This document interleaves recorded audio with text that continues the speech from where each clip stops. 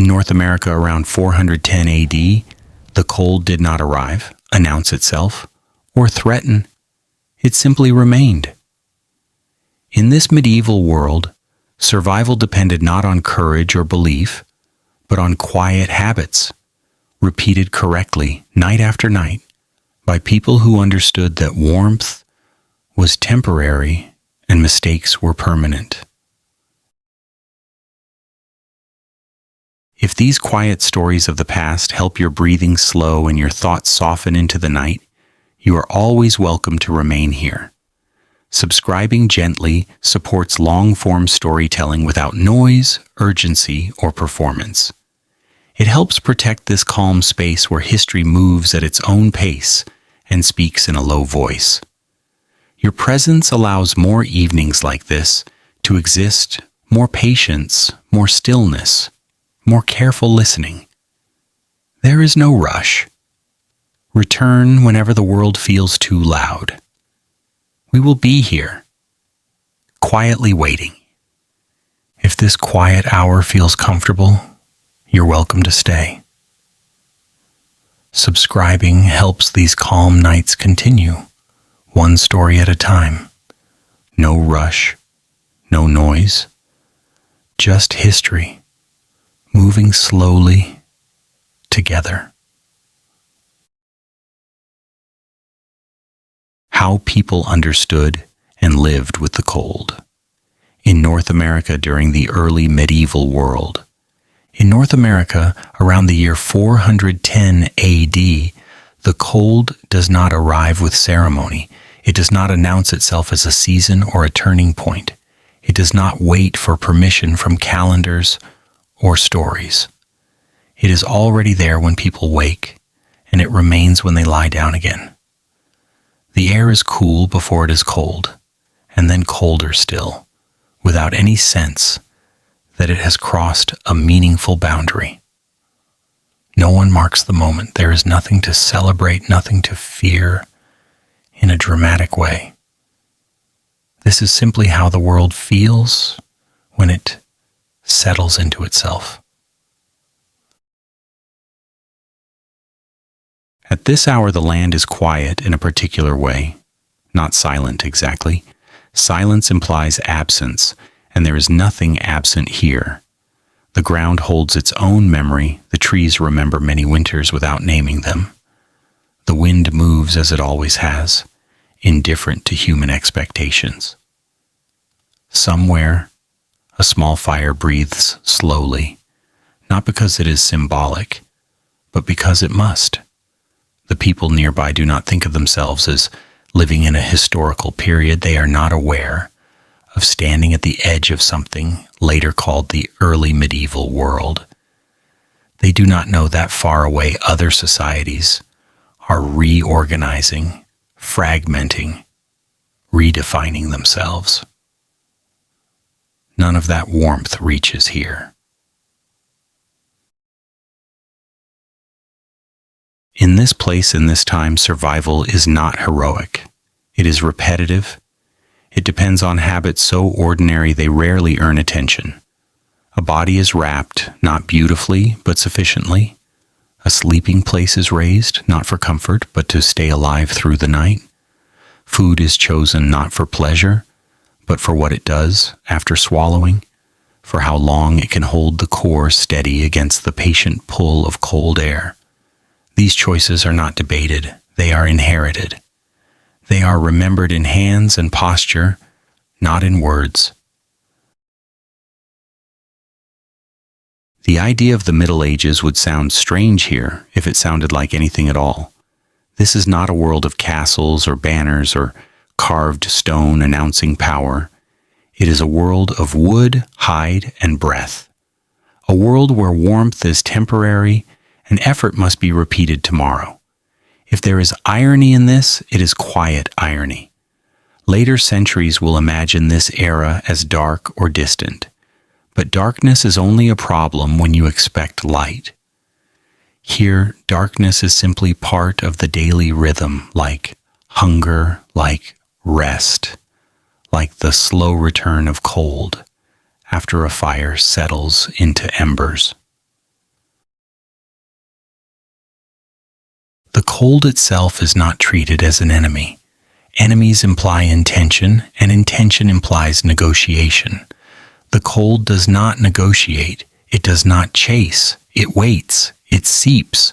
It takes advantage of stillness and carelessness, and it does so without emotion. People learn this early. They learn it by watching, by noticing who does not return, by understanding that the land is not cruel, only consistent. Consistency over time becomes instruction. At night, when movement slows, the body becomes aware of its own limits. Breath feels heavier. Fingers grow less precise. The smallest decisions begin to matter more than the largest ones. Where to sit? When to stand? How close to the fire is close enough, and how close is too close? These are not philosophical questions. They are practical. The answers are carried quietly from one evening to the next. There is no romance attached to winter here. Snow is not beautiful in the way it will later be described. It is useful sometimes, dangerous often, and rarely admired. Admiration is a luxury that requires distance. Distance requires safety. Safety is not guaranteed. When people speak of winter, if they speak of it at all, they do so the way one might speak of a long task. Something to be managed, endured, finished, if possible. Clothing is layered with care, not with pride. Materials are chosen because they work, not because they please the eye. Nothing is new for long. Everything carries signs of repair. The idea of cleanliness exists, but it ranks low on the list of priorities once the temperature drops. Warmth outranks appearance every time. This hierarchy is never questioned. It does not need to be enforced. Cold enforces it on its own. Fire, when it exists, is watched with an attention that borders on tenderness, though no one would describe it that way. Fire is not comforting in the abstract. It is measurable. It burns at a rate that can be understood, predicted, managed. It tells time more honestly than any sun hidden behind clouds. When the fire weakens, the night feels longer. When it strengthens, shoulders relax, almost without permission. Eating happens with similar practicality. Fat is valued, not celebrated. It is heavy, sometimes unpleasant, often repetitive. It is eaten anyway. There is no mythology around diet, no advice passed down about balance or moderation. There is only the understanding that certain foods allow a body to stay awake, stay warm, stay alive. The rest is commentary that does not apply here. Movement, too, is restrained. There is no virtue in unnecessary motion. Every step costs something, and in cold conditions, cost matters. People learn to sit longer, to move more slowly, to do fewer things with greater intention. What later cultures might call laziness is, in this context, discipline. Energy is a resource like any other. It must be conserved, stored, used carefully. Knowledge in this world does not arrive as explanation, it arrives as outcome. If something works, it is repeated. If it fails, it disappears. There is no archive of mistakes, only the absence of those who made them. Memory fills the gap. Stories are short, practical, sometimes darkly amused. They are not told to entertain, but to prevent repetition. Humor exists here, but it is dry, understated, and usually arrives after the danger has passed. At this hour, history feels very far away from the way it is later written. There are no turning points, no collapses, no beginnings worth naming. There is only continuity. One night follows another. The cold returns as reliably as breath. People adjust without remark. They do not imagine that this way of living will be studied, categorized, or romanticized. They are too busy doing it correctly. If you listen closely, there is a particular calm in this repetition. Not comfort exactly, but familiarity. The body knows what to expect. The hands know their work. Even the cold becomes predictable, if never friendly. In that predictability, sleep eventually arrives. Not all at once and not deeply, but enough. Enough to wake again. Enough to continue. Later, much later, people will look back and call this time difficult. They will imagine it as harsh, unforgiving, primitive. They will not be entirely wrong, but they will miss something important. They will miss the quiet competence of people who did not expect the world to be kind, and were therefore rarely surprised when it was not. They will miss the small, almost invisible skills that made survival possible without being impressive. Tonight, though, none of that matters. The fire settles, the body curls inward, breath slows, the cold presses gently against the outer layers, patient as ever. Nothing dramatic happens, and that, in this world, is success. So we begin here. Not with an event, but with a condition. Not with a story that rises, but with one that stays. A world around 410 AD where the cold is not fought or conquered, only understood well enough to live beside it, quietly, carefully, night after night. And as the night deepens, the world does something it has always done, long before anyone thought to give it a name. It simplifies. Sounds fall away first. Not suddenly, not dramatically, but one by one. A distant movement fades. The fire shifts and then settles into a quieter rhythm. Even the wind seems to lower its voice, not out of kindness, but because there is nothing left to announce. What remains is a steady presence, a kind of background certainty. The cold does not intensify for effect.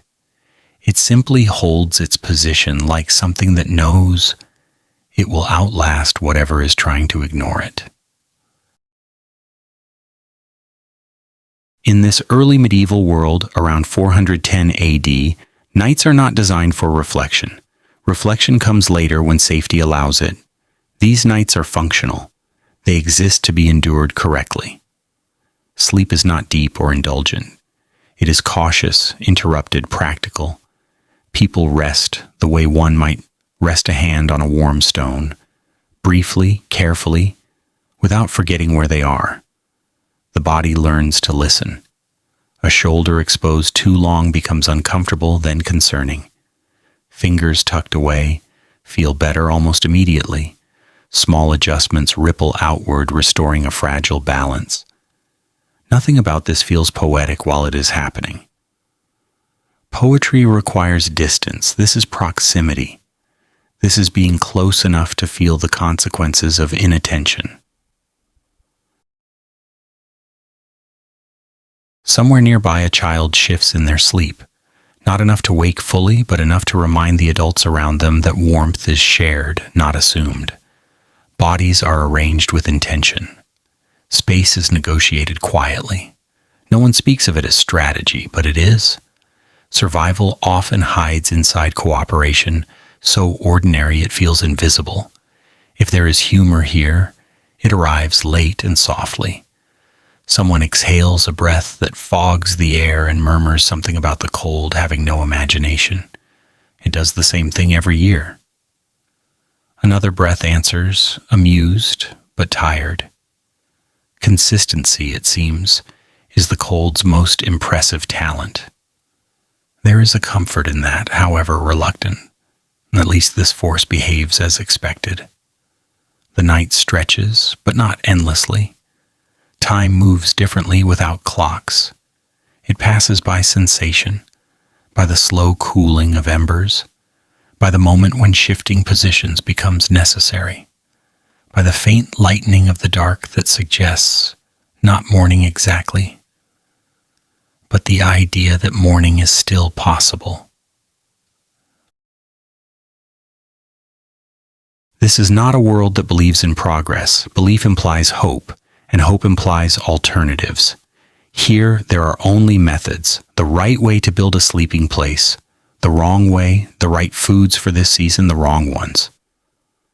The difference is not theoretical. It is physical. It is felt before it is understood. Generations pass knowledge down without ceremony. Not because ceremony is forbidden, but because it is unnecessary. When something works, it becomes habit. When it fails, it disappears. There is no archive of abandoned ideas. There is only the present, shaped by what remains. Later historians will struggle to describe this kind of life. It resists summary. It does not climax. It does not resolve. It continues. And in continuing, it teaches restraint. It teaches attentiveness. It teaches that comfort is not the absence of discomfort, but the management of it. As sleep finally settles more deeply, the body gives in, not because it feels safe, but because it feels prepared. Prepared enough. That is the standard. Enough wood, enough food, enough warmth to last until light returns. Perfection is not required. Adequacy is. Outside, the land waits without comment. It has seen nights like this before, and it will see many more. Around 410 AD is not remarkable to it. The cold does not mark anniversaries. It does not care what humans will later call this age. It remains exactly what it is, and in that, strangely dependable. This is where our story continues. Not in motion, not in upheaval, but in stillness, in the quiet competence of people who learned, long before explanation, that the cold could not be persuaded, only respected, and that respect, practiced patiently, was often just enough to carry them through another night. By the time morning approaches, nothing has changed in any dramatic way. That, in itself, is the point. The cold has not retreated, only loosened its grip slightly, enough to allow movement to begin again. The fire is weaker now, but still present. The body feels stiff, not alarmed. This is familiar territory. Survival here does not begin with urgency. It begins with routine. In this early medieval world, around 410 AD, daily life is shaped less by events and more by conditions. People do not ask what the day will bring in terms of opportunity or progress. They ask quieter questions.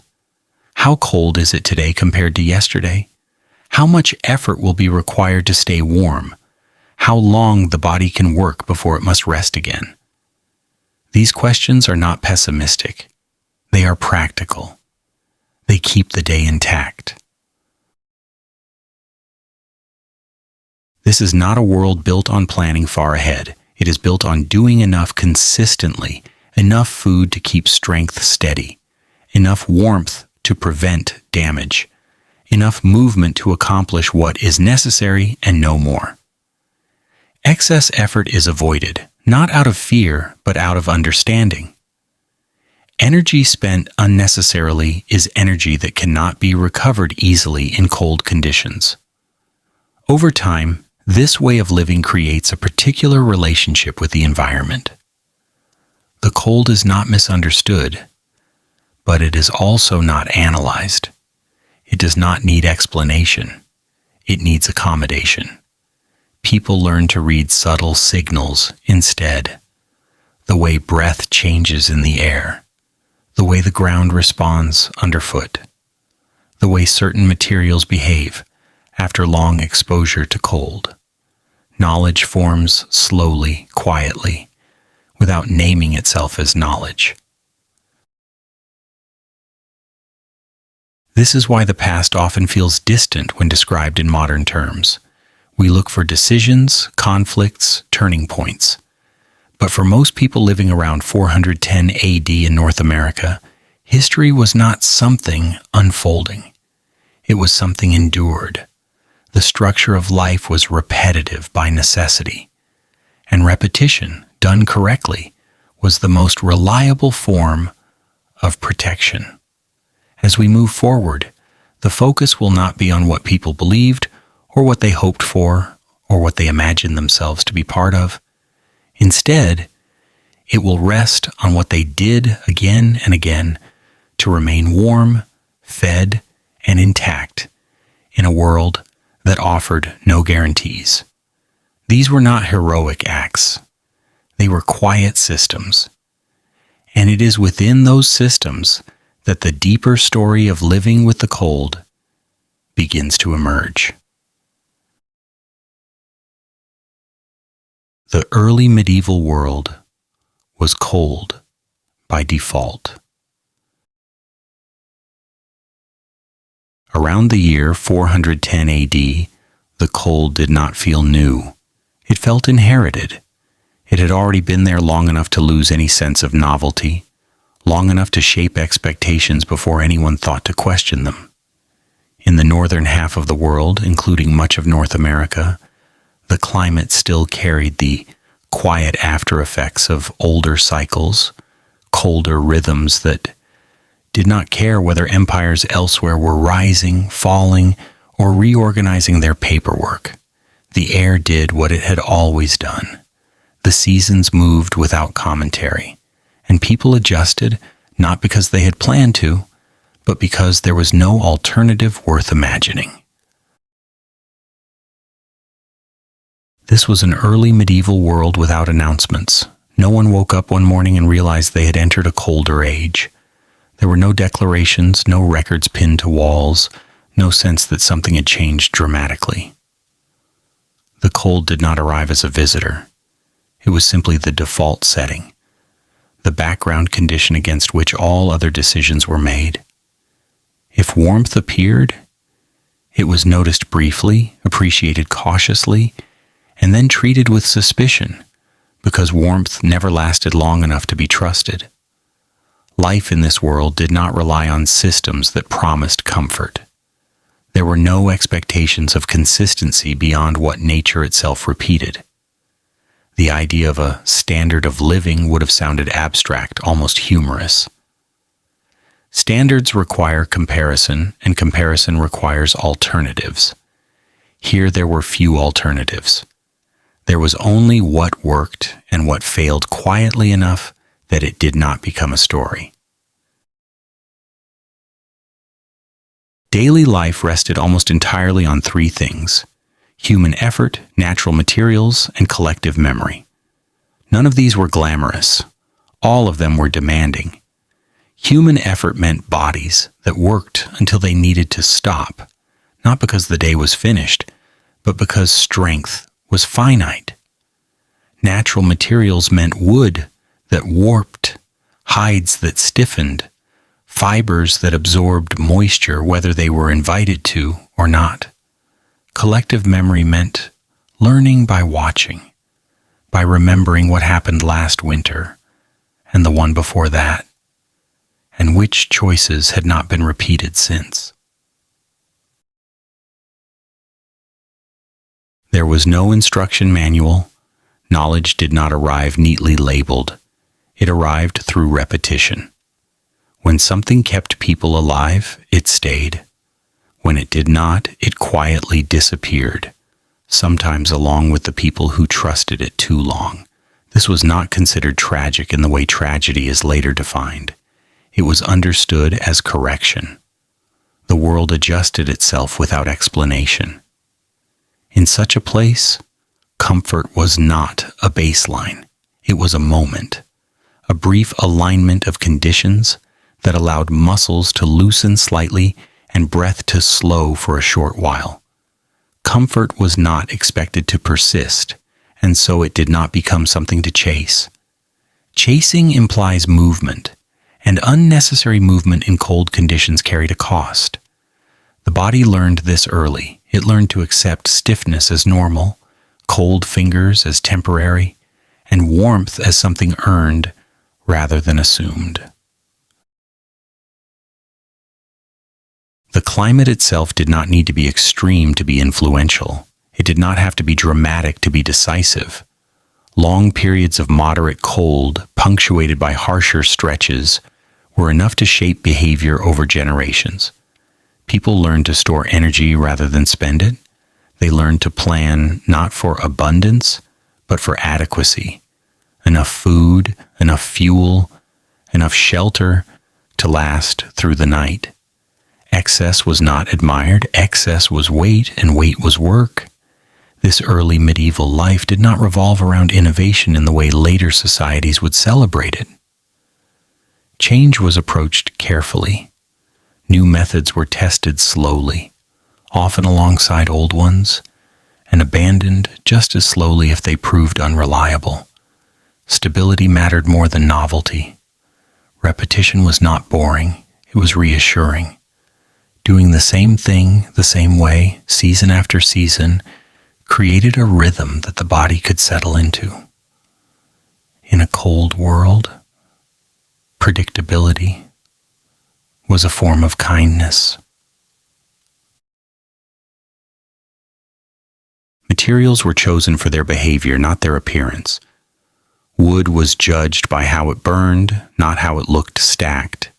Hides were valued for how well they trapped air, not for how evenly they had been cleaned.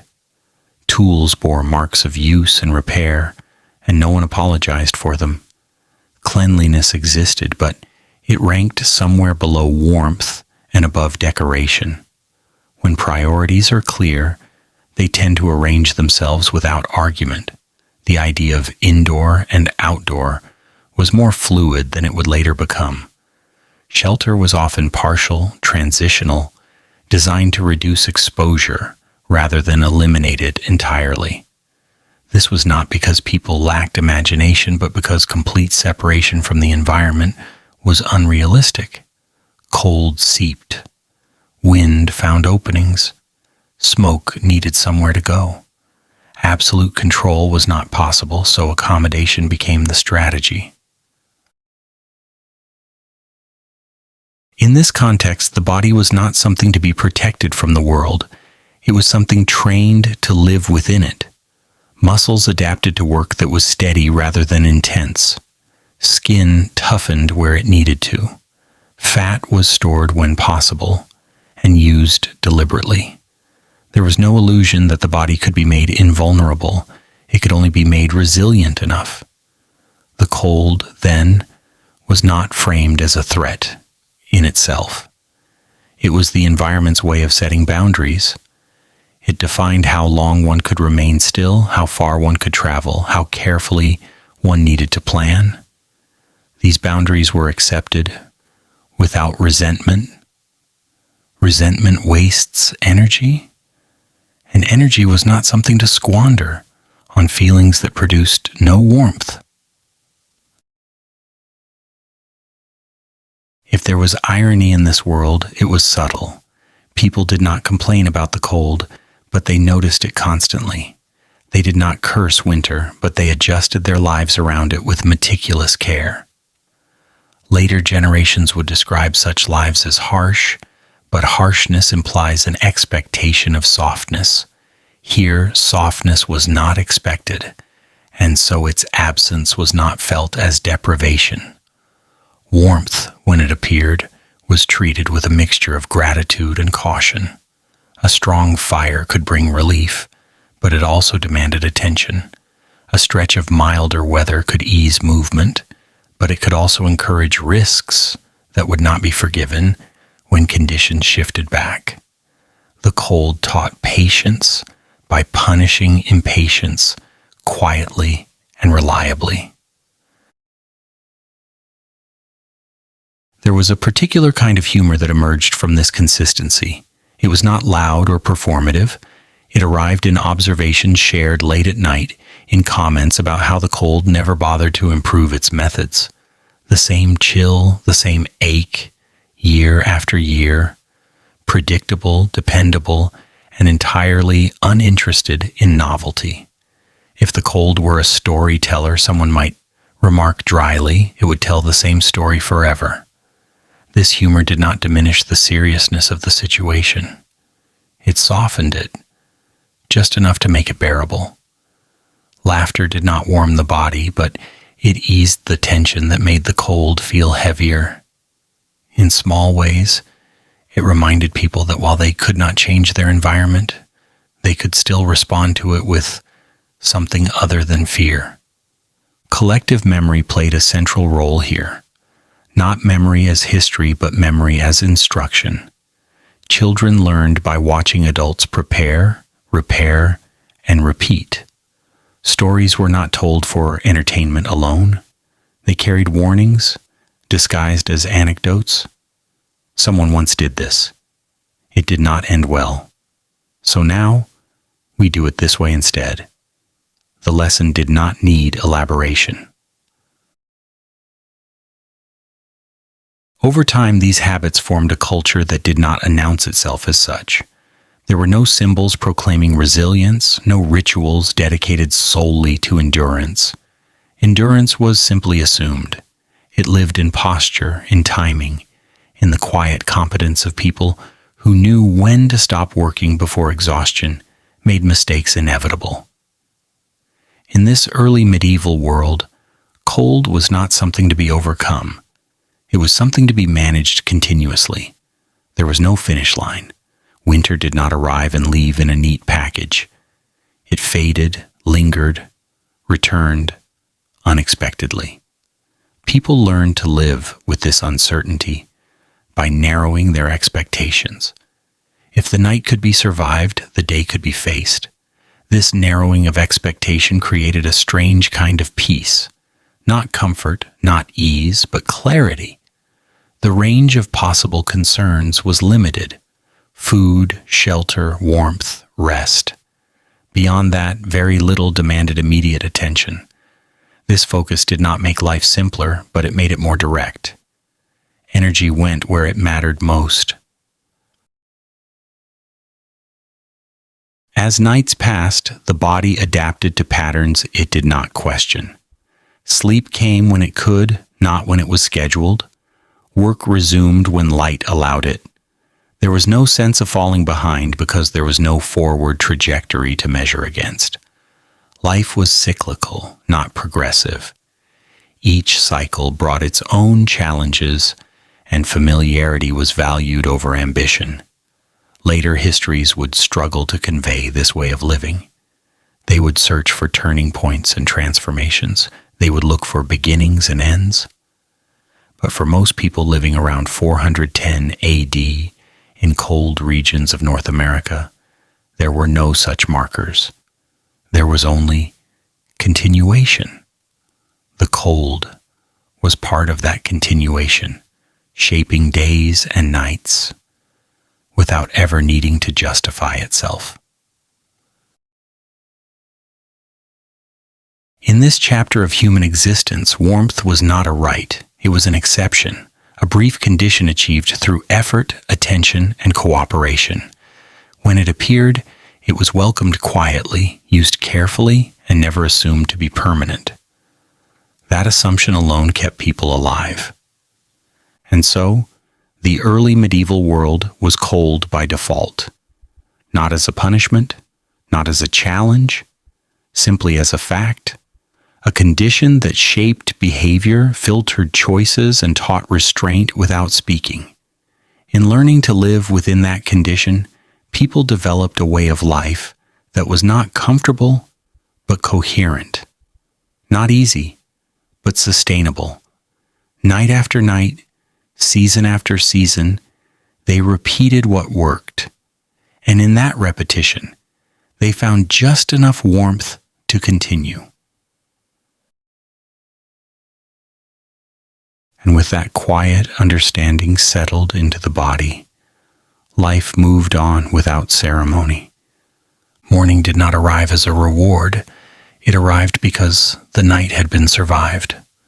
Light returned gradually without apology, revealing the same landscape, unchanged and uninterested in congratulations. Breath still rose in pale clouds. Fingers still hesitated before fully waking. The cold did not loosen its grip simply because a new day had begun. It waited, as it always did, for attention to drift. People did not rush to meet the morning. Rushing implied urgency, and urgency led to mistakes. Instead, they unfolded the day carefully. The fire was coaxed back rather than commanded.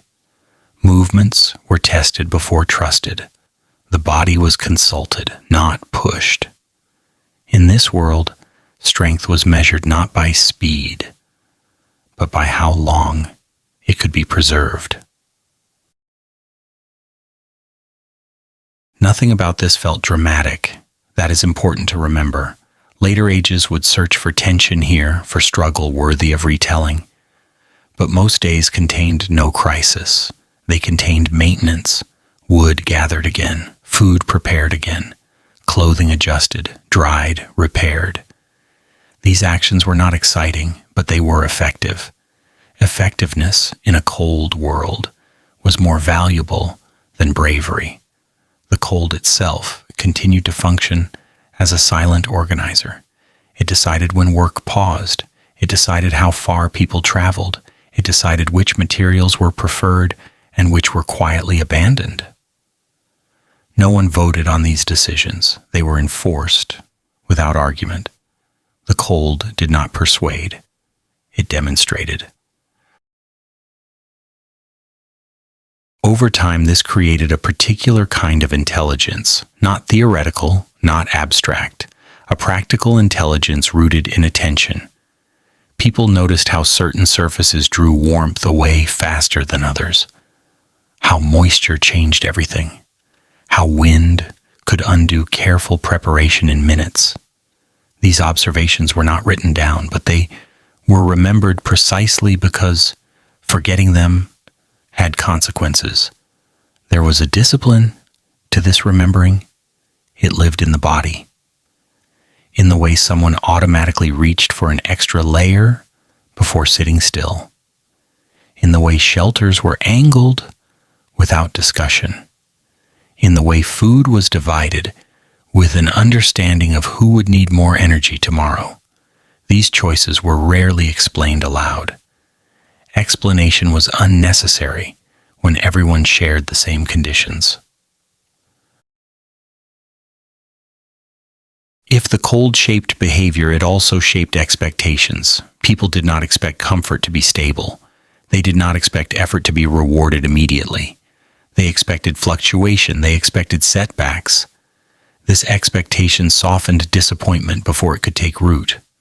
When hardship is anticipated, it loses some of its sharpness. There was, beneath all of this, a quiet acceptance that life did not owe anyone ease. This was not bitterness. It was clarity. And clarity made room for small satisfactions to stand out more vividly. A fire that burned longer than expected. A night with less wind. A meal that left the body feeling steady rather than strained. These moments did not inspire celebration, but they were noticed, stored, and appreciated without excess. Humor continued to surface in understated ways. Someone might remark that the cold had returned early, as if it had somewhere else to be. Another might observe that warmth, when it appeared, behaved like a guest who never learned to stay long. These comments did not change conditions, but they changed tone. They reminded people that while they could not control their environment, they could still relate to it with a degree of wry familiarity. This familiarity mattered. It transformed the cold from a constant threat into a known quantity. Known quantities are easier to live with even when they are difficult. Fear thrives in uncertainty. Here, uncertainty was limited. The cold was predictable in its indifference. That predictability allowed people to plan just far enough ahead to remain intact. As days accumulated, the rhythm of life continued without reference to progress. There was no sense of moving towards something better, only of maintaining what worked. This was not stagnation. It was balance. In a world where resources were finite and recovery slow, balance was the most ambitious goal available, and it is from this balanced stillness that the deeper story begins.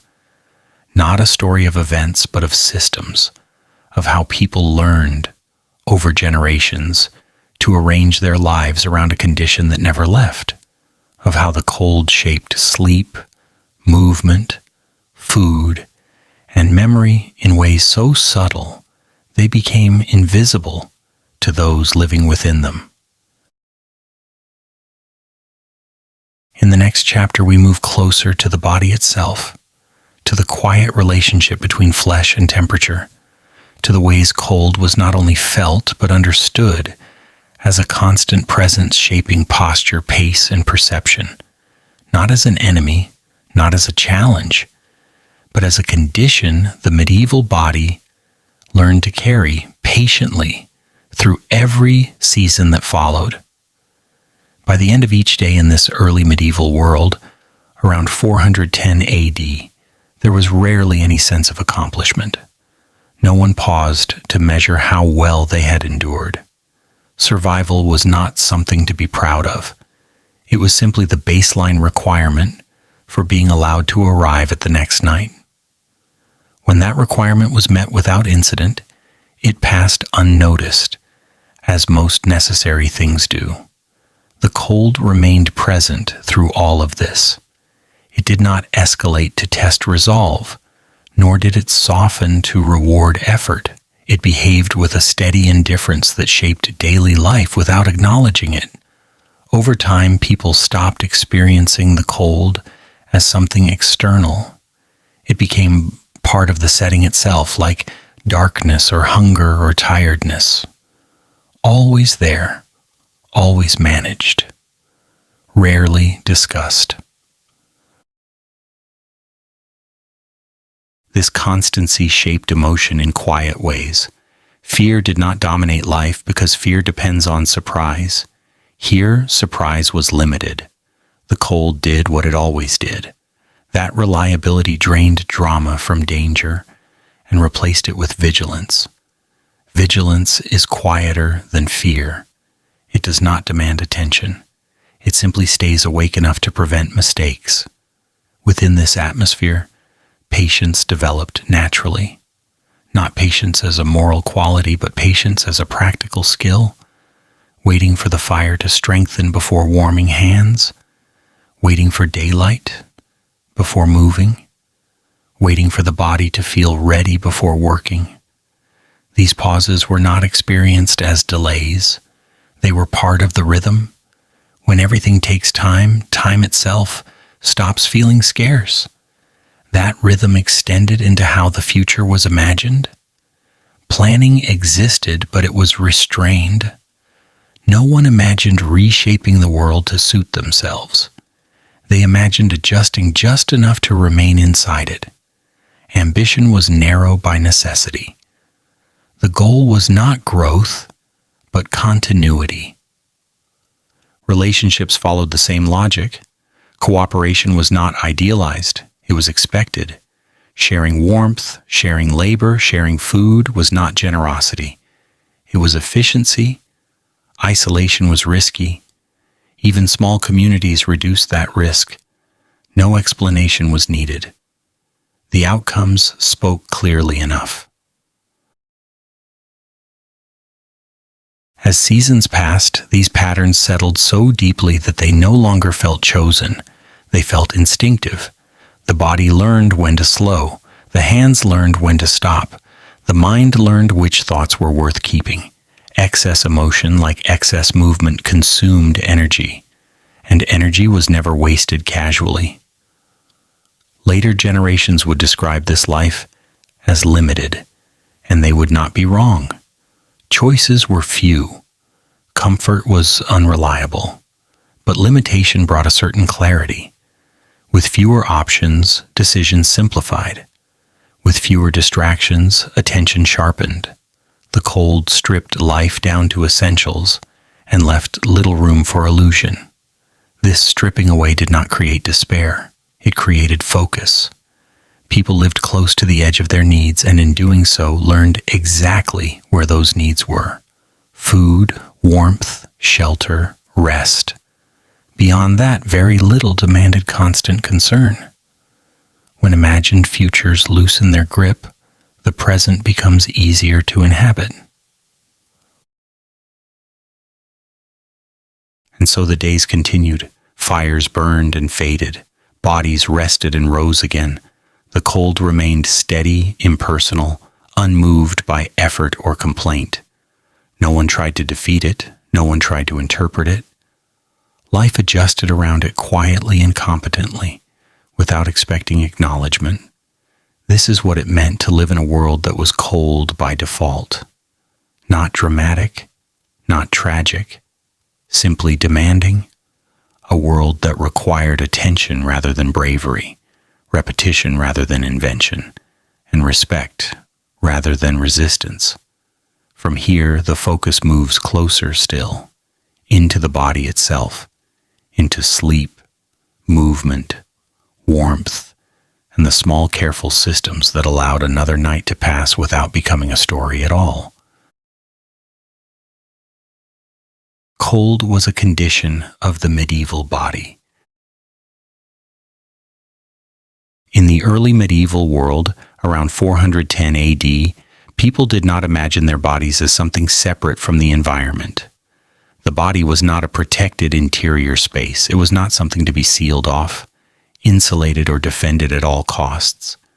It was a working surface, a place where the outside world made constant contact, and where adaptation mattered more than comfort.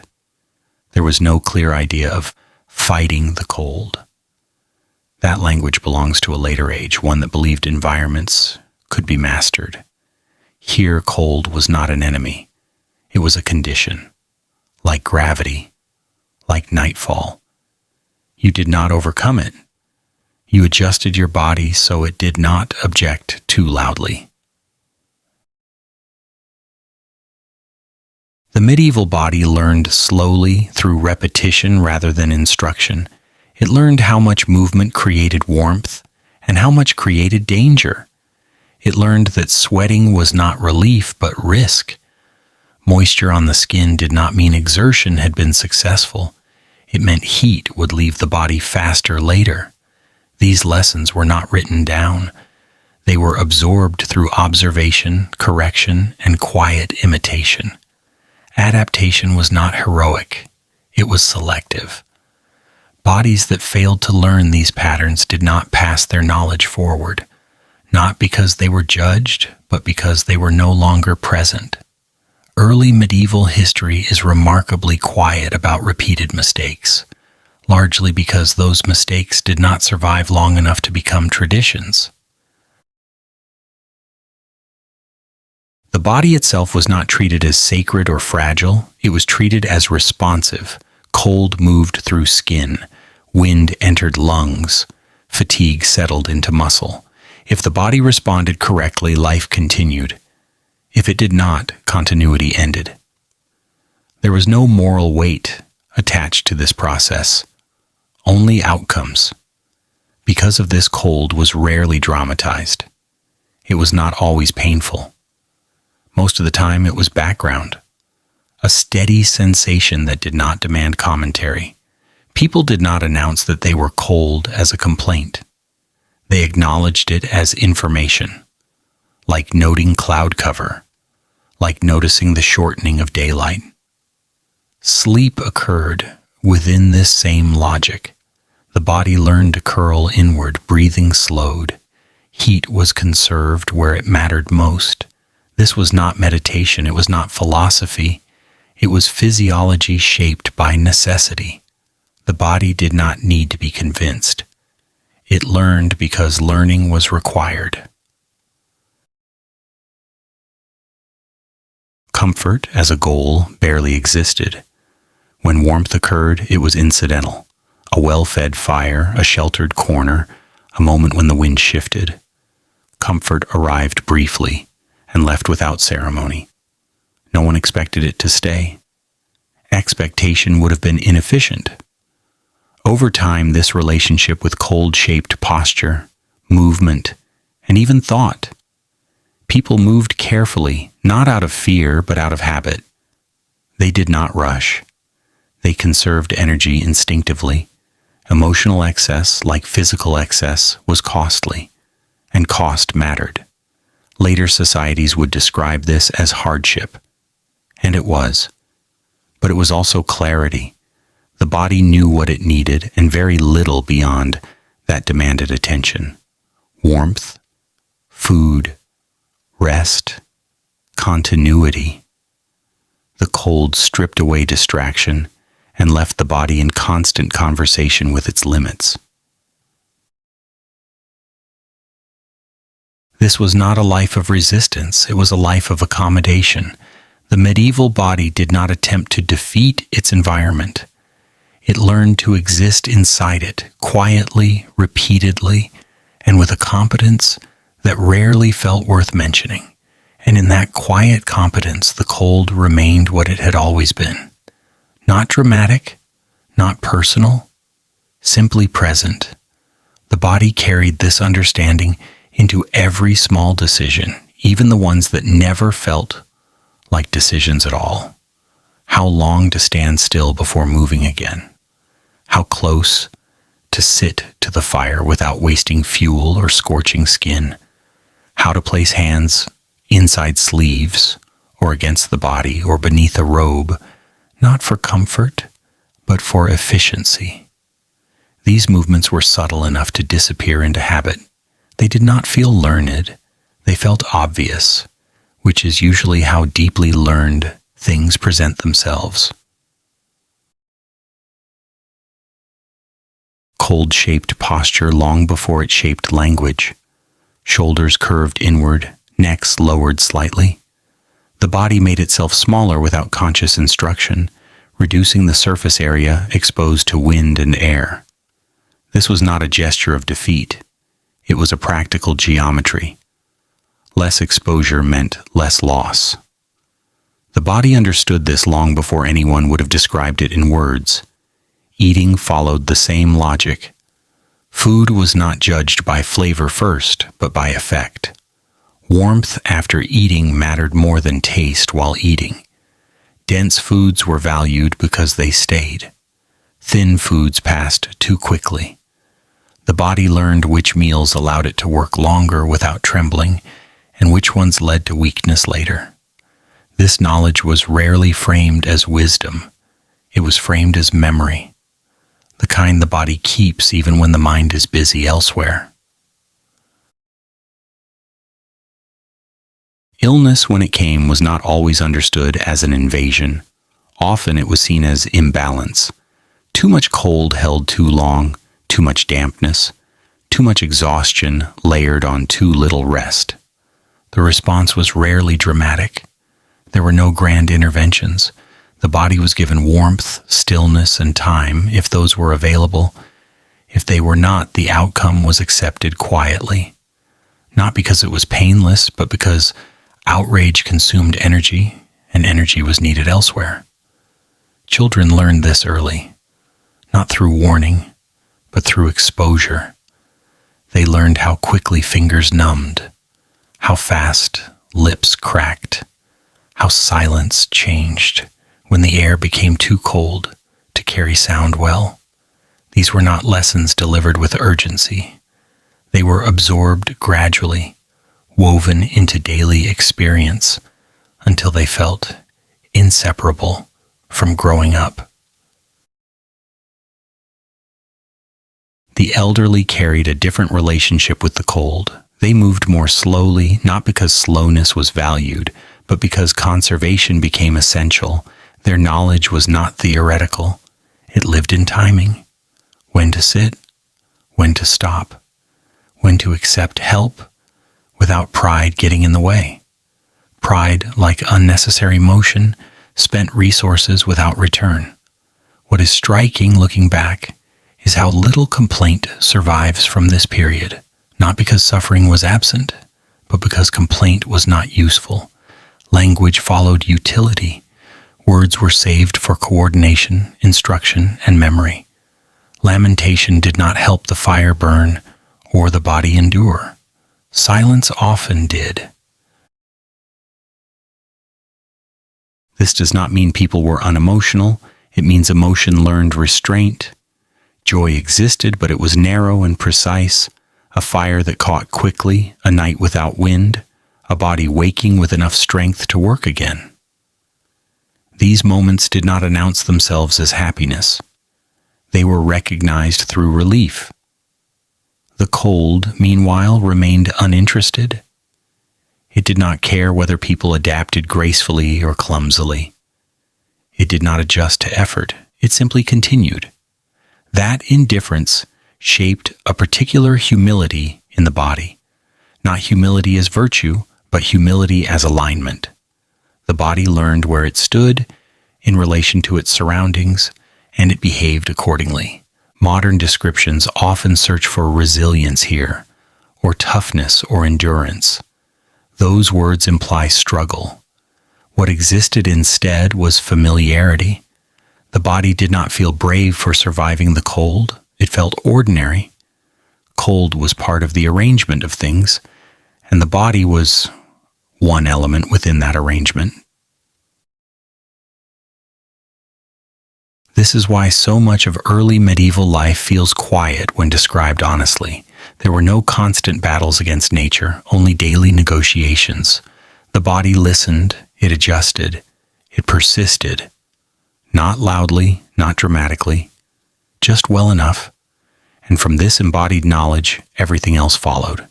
Sleep, movement, work, rest. The cold was already there, already accounted for, long before anyone thought to name it as a problem at all. Over time, this way of living settled into the body so deeply that it stopped feeling like adaptation at all. It felt like normality. Cold was not something the body reacted to each day, as if it were new. It was already expected. Muscles did not tense in surprise. Skin did not protest immediately. The body entered each day knowing, in a quiet and unspoken way, what kind of negotiation would be required. This familiarity shaped how people judged themselves and others. Strength was not measured by how much cold one could endure in a single moment, but by how consistently one could function within it. The person who lasted was not the one who pushed hardest, but the one who knew when to stop, when to eat, when to rest, and when to do nothing at all. Endurance was cumulative, not dramatic. Mistakes still happened, of course. Bodies misjudged effort. Fires failed. Weather shifted unexpectedly. But these moments were absorbed into memory rather than myth. They did not become lessons framed with emotion. They became adjustments. The next time the body moved slightly differently, sat slightly closer, ate slightly more, stopped slightly sooner.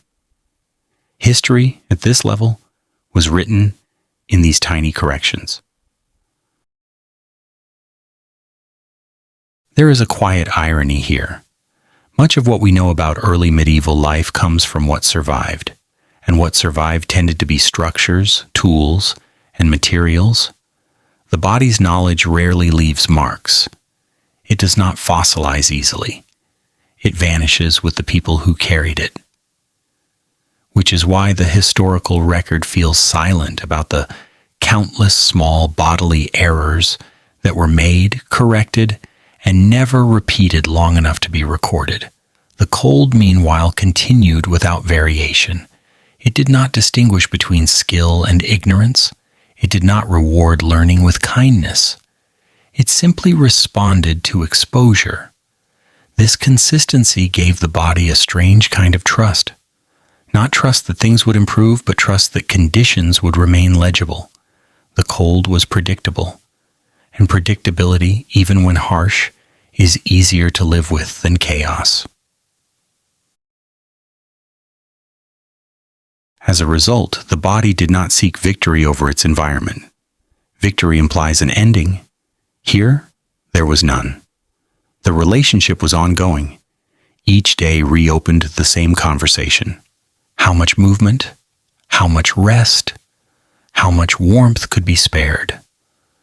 The body answered these questions not once, but endlessly until answering them felt automatic. This is why early medieval life often feels stripped of drama when described honestly. The body was busy but not agitated, alert but not alarmed. It carried cold the way it carried hunger or fatigue, as information, as a signal, as something to be managed rather than resisted. By living this way, people did not become indifferent to discomfort.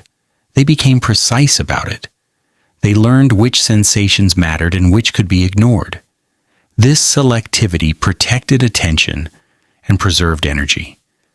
It allowed life to continue in a world that offered little margin for error.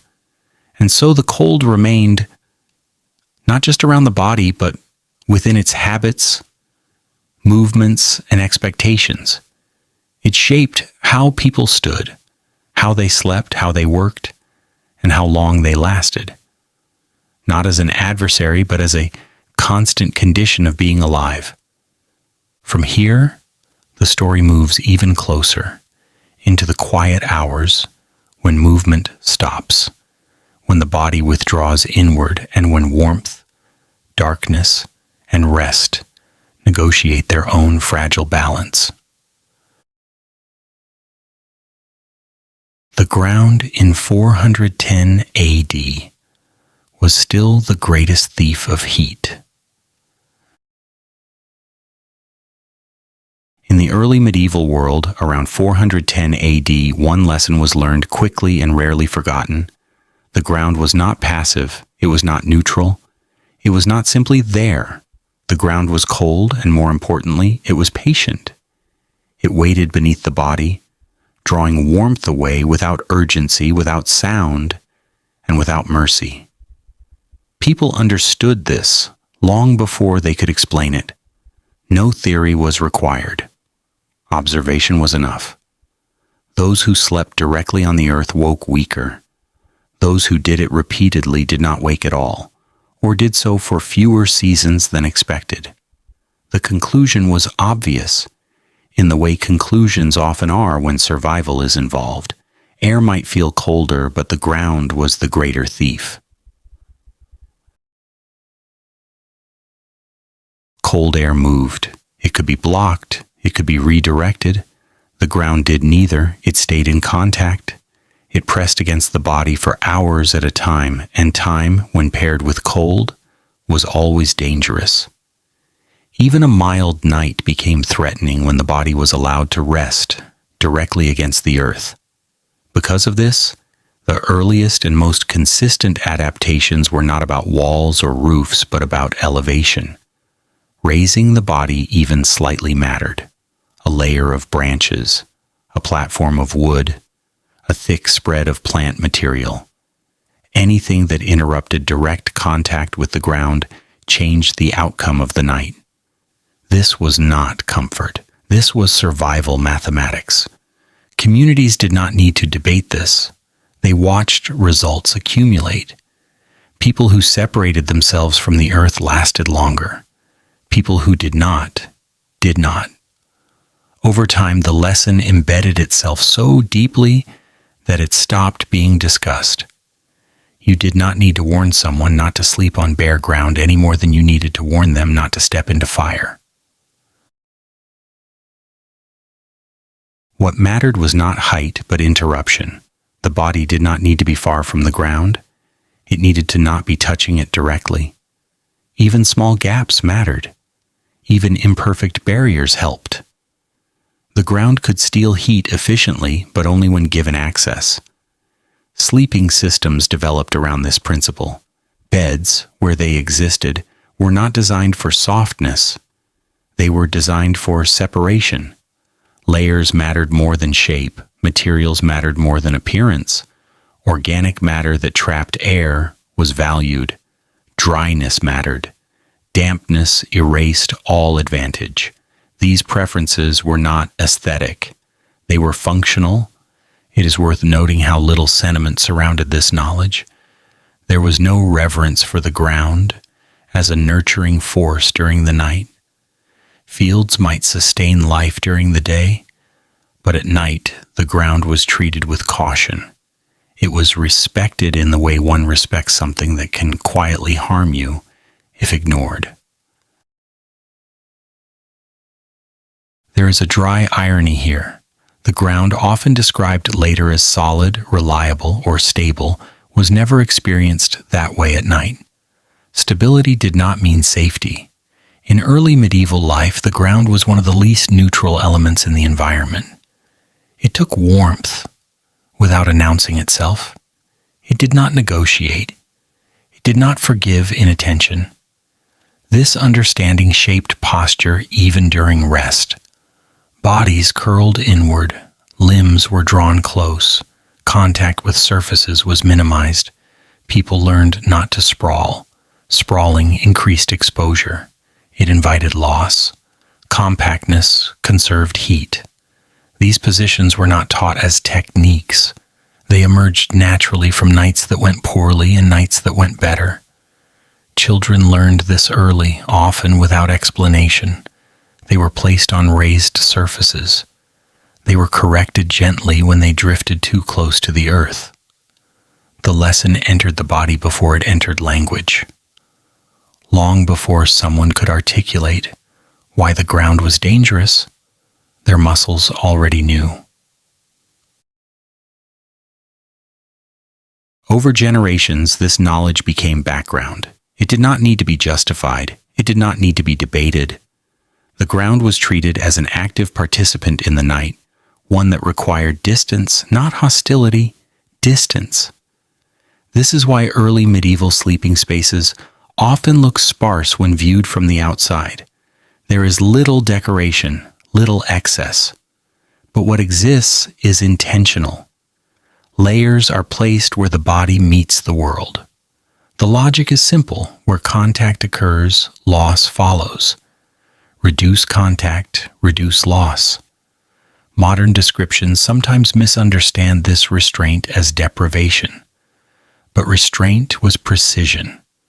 Nothing was added without reason. Nothing was placed where it did not matter. The night was not a time for improvisation. It was a time for systems that had already proven themselves. The ground did not change. It remained cold. It remained steady. It continued to take heat whenever allowed. People did not expect it to behave otherwise. They adjusted their lives around that expectation quietly and consistently. And so, night after night, bodies lifted themselves just enough. They laid down barriers. They created thin, careful distances between themselves and the earth below, not to defeat the cold, but to slow it, to manage it, to survive it without ceremony. From this simple insight, much else followed. How shelters were arranged, how rest was approached, how the body prepared itself for stillness. The night, once again, was navigated not with courage, but with attention. This attention to the ground reshaped how shelters were imagined. Walls mattered, but they mattered later. Roofs mattered, but only after the body was lifted away from the earth. The first concern was always what lay beneath. A shelter that blocked wind but allowed heat to drain downward was considered incomplete. It looked protective, but it failed where failure was most efficient. Over time, communities refined this knowledge without ever naming it as engineering. Sleeping places were rebuilt each season. Old plant layers were replaced when they compressed and lost air. Platforms were repaired not because they looked worn, but because bodies began waking colder than before. Declining warmth was treated as data. Something in the system had changed, and the system required adjustment. The ground itself offered clues. Frozen earth behaved differently than damp soil. Snow, when dry, could insulate better than bare ground. Mud was avoided at all costs. These distinctions were not theoretical. They were remembered through sensation, through mornings that felt manageable, and mornings that felt wrong. The body kept the records. Even during travel, this awareness never left. Resting directly on the ground, even briefly, was done cautiously. People squatted, they leaned, they perched on packs or tools. Full contact was avoided whenever possible. The ground was not trusted simply because it was solid. Solid things, after all, could still take what they touched. There is another quiet irony here. The earth was the source of food, of shelter materials, of everything needed to survive. And yet, at night, it was treated almost as an adversary, not an enemy, but something whose generosity ended when the sun went down. Day and night transformed the same surface into different participants in human life. This dual understanding did not require contradiction. People did not feel conflicted about it. The world could sustain and drain at the same time. Both truths were accepted. The ground fed crops, held foundations, and absorbed heat relentlessly. All of these could be true without explanation. As with so much else, this knowledge narrowed behavior. Movement became deliberate. Rest became careful. The body learned not to surrender fully to stillness unless conditions were correct. Stillness, when combined with direct contact, was dangerous. Separation allowed rest to occur without penalty. What survives archaeologically often misses this point. We find floors, hearths, walls. We rarely find the layers that mattered most: the grasses, the branches, the hides, the temporary platforms that vanished after use. And yet, these missing elements were the difference between a night that passed quietly and one that shortened a life. The absence of complaint in historical accounts does not mean the cold was gentle. It means the lesson was already absorbed. Once learned, it did not need repetition. The ground was never treated as neutral. It was managed, avoided, interrupted, and respected. And so the body learned another rule that required no words. Warmth could not be preserved by effort alone. It required position, it required distance, it required attention even in rest. From here, the story continues upward and inward, into fire, into air, into the slow negotiation between flame, breath, and stillness. The ground had taught its lesson well. What followed was built carefully on top of that knowledge. Over time, this awareness became so ordinary that it no longer felt like knowledge at all. It felt like instinct. No one needed to explain why a body was lifted from the ground. No one argued against it. The lesson had been paid for too many times, quietly, without witnesses. The earth had taught it patiently, and patience, when paired with cold, always wins. What mattered most is how unceremonious this understanding was. There were no rituals attached to sleeping above the ground, no symbolism, no reverence. It was not considered clever. It was considered obvious. Like breathing through the mouth less when the air is sharp, like turning away from the wind without thinking. The body knew what to do long before the mind felt the need to justify it. This practicality shaped the night itself. Rest was not abandonment. It was controlled withdrawal. The body did not surrender fully to sleep until conditions were arranged correctly. Layers beneath. Fire nearby, if possible. Wind reduced. Ground interrupted. Only then did stillness become safe. Sleep was earned through preparation, not granted freely. This is one reason early medieval nights were rarely described as peaceful. Peace implies ease. These nights were careful. They were quiet, but not careless. The silence was not empty. It was filled with attention. The body listened even while resting, sensitive to shifts in temperature, pressure, and contact. Stillness did not mean unawareness. The ground, for its part, never changed its role. It remained exactly what it was: cold, dense, reliable in its ability to pull warmth downward. It did not improve. It did not worsen. It simply waited. And because it waited, people never forgot about it.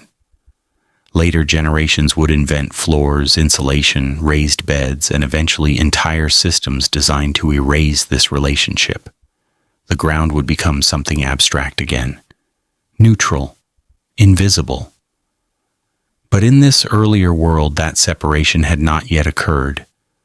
The body still remembered where heat went when care was absent. And so the night ended as it usually did. Bodies rose stiff but intact. Fires were rebuilt. Layers were adjusted. The ground remained below, unchanged, unconcerned. It had done its work, or been prevented from doing it, depending on how carefully the night had been arranged. This was not wisdom celebrated in stories. It was not passed down as instruction. It lived quietly in posture, in habit, in the simple refusal to lie down where warmth could not stay. From this understanding, everything above the ground gained meaning. Fire mattered because the body was lifted. Air mattered because the body was separated. Sleep mattered because it was made possible without loss. The night once again had been managed, not conquered, not improved, simply endured with attention. And with that, the body was ready to turn toward the next quiet negotiation, one that flickered instead of pressed, one that consumed instead of absorbed, one that demanded fuel, care, and constant watching. The story moves now toward fire. Medieval clothing was designed to survive, not impress. In the early medieval world of North America, clothing was not a statement. It was not an identity. It was not a way to be seen. It was a tool worn directly against the consequences of the environment. Its purpose was narrow and unforgiving. Keep heat close to the body for as long as possible. Everything else was secondary, and most other concerns simply did not survive long enough to matter. Garments were thick because thin ones failed. They were heavy because lightness let warmth escape too easily. They were layered because no single surface could be trusted to do the work alone. One layer slowed the wind, another trapped air, another absorbed moisture before it reached the skin. None of this was elegant. All of it was effective enough. The body did not experience clothing as fashion. It experienced it as time. Time before fingers stiffened, time before muscles weakened, time before the night became dangerous. Clothing was measured in hours, not appearance. If it extended the working day or made sleep possible, it was successful. If it did not, it was replaced, repaired, or quietly abandoned. Materials mattered more than cut. Dense fibers that held air were valued. Softness was accidental. Stiffness was tolerated. Weight was accepted. Movement adjusted around bulk, rather than demanding freedom from it. The body learned how to move efficiently inside constraint, which is a skill rarely celebrated but often necessary. Cleanliness, as later generations would define it, was not a priority. Smell did not shorten life. Cold did. A garment that smelled strongly of smoke, animal fat, or long use was not considered ruined. It was considered proven. It had remained intact through exposure. It had already failed in the ways that were survivable and succeeded where it mattered.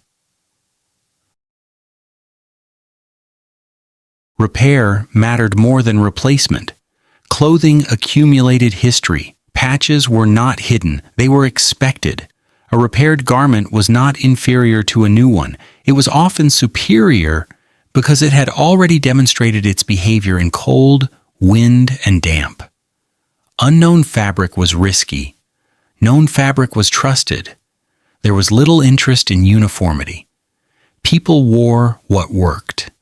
Similar conditions produced similar solutions, but not identical ones. The body adjusted to its clothing as much as clothing adjusted to the body. Sleeves were pushed back or pulled forward.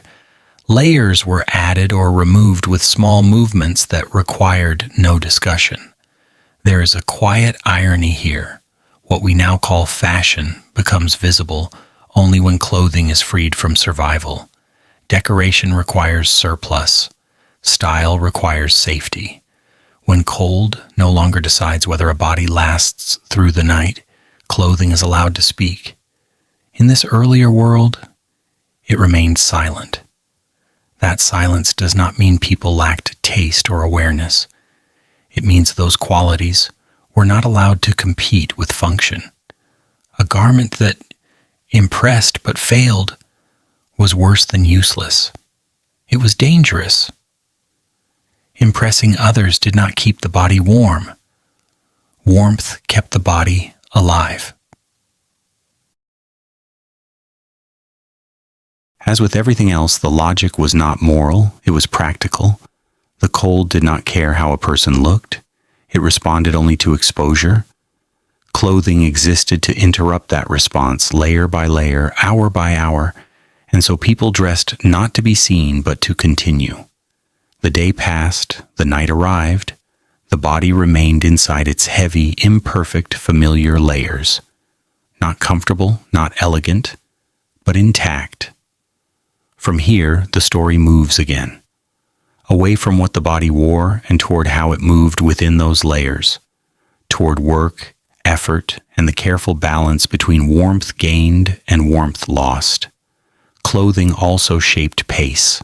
Heavy layers discouraged haste. Every movement carried weight, and weight demanded intention. Rushing wasted heat. Sudden effort created sweat, and sweat invited cold later. So the body learned to move steadily, to warm itself gradually, and to stop before warmth turned into moisture. This was not discipline imposed from outside. It was feedback, learned through repetition, and remembered without comment. Because garments were layered, adjustment became constant. Sleeves were loosened or tightened. Openings were managed carefully. A layer was shifted rather than removed entirely. The body did not strip down to cool itself. It modulated, it negotiated. Clothing was not an on or off condition. It was a series of small decisions made quietly throughout the day. Weather did not require new outfits. It required rearrangement. When wind increased, layers overlapped differently. When work slowed, thickness increased. When night arrived, everything was drawn inward. These adjustments were rarely discussed because they were visible. Everyone could see what needed to be done. Words were unnecessary. Children grew into this system early. They learned which garments mattered and which were decorative only by watching what adults kept close and what they let wear out. A child allowed to play without sufficient layers did not learn a lesson through instruction. The lesson arrived through cold fingers and shortened play. Correction was gentle. Experience did the rest. The elderly, too, relied on clothing differently. Their layers were often heavier, not because they desired more warmth, but because they lost it faster. This was understood without embarrassment. No one framed it as weakness. It was simply another adjustment. Bodies changed. Clothing changed with them. There was no expectation that one arrangement should suit all. What stands out looking back is how little attention was given to appearance once garments were worn. Once on the body, clothing ceased to matter visually. It became environment, a second skin, something the body moved within rather than displayed. People recognized each other by voice, posture, and movement more than by what they wore. When garments finally failed beyond repair, their end was quiet. They were repurposed, cut down, used as insulation, turned into padding or binding. Nothing that had once held warmth was discarded casually. Warmth lingered in materials even after shape was lost. That lingering value mattered. This practicality extended to color and decoration. Brightness faded quickly under use. Patterns disappeared beneath patches and wear. No effort was made to preserve them. Preservation was for heat, not for surface. A garment that looked unchanged had likely not been tested enough to be trusted. And so clothing accumulated weight, smell, memory, and repair. It became personal without becoming expressive. It carried the history of nights survived and days endured, not as a record meant to be read, but as evidence meant to function. Only later, much later, would clothing be allowed to speak for the person wearing it. Only when the cold loosened its authority did garments begin to carry messages beyond survival. In this earlier world, they remained quiet. They did not impress. They did not announce status. They did not flatter the body. They kept it warm, long enough to matter. From here, the attention shifts again, from what the body wears to how it spends its energy, to work, effort, and the careful calculations that prevented warmth from being lost faster than it could be made. Over time, this relationship with clothing became so embedded in daily life that garments were no longer perceived as separate objects at all. They were extensions of the body's strategy for staying alive. You did not think about your clothing any more than you thought about your bones. Both were simply there, doing their work quietly, without requiring admiration. The success of clothing was judged only in hindsight.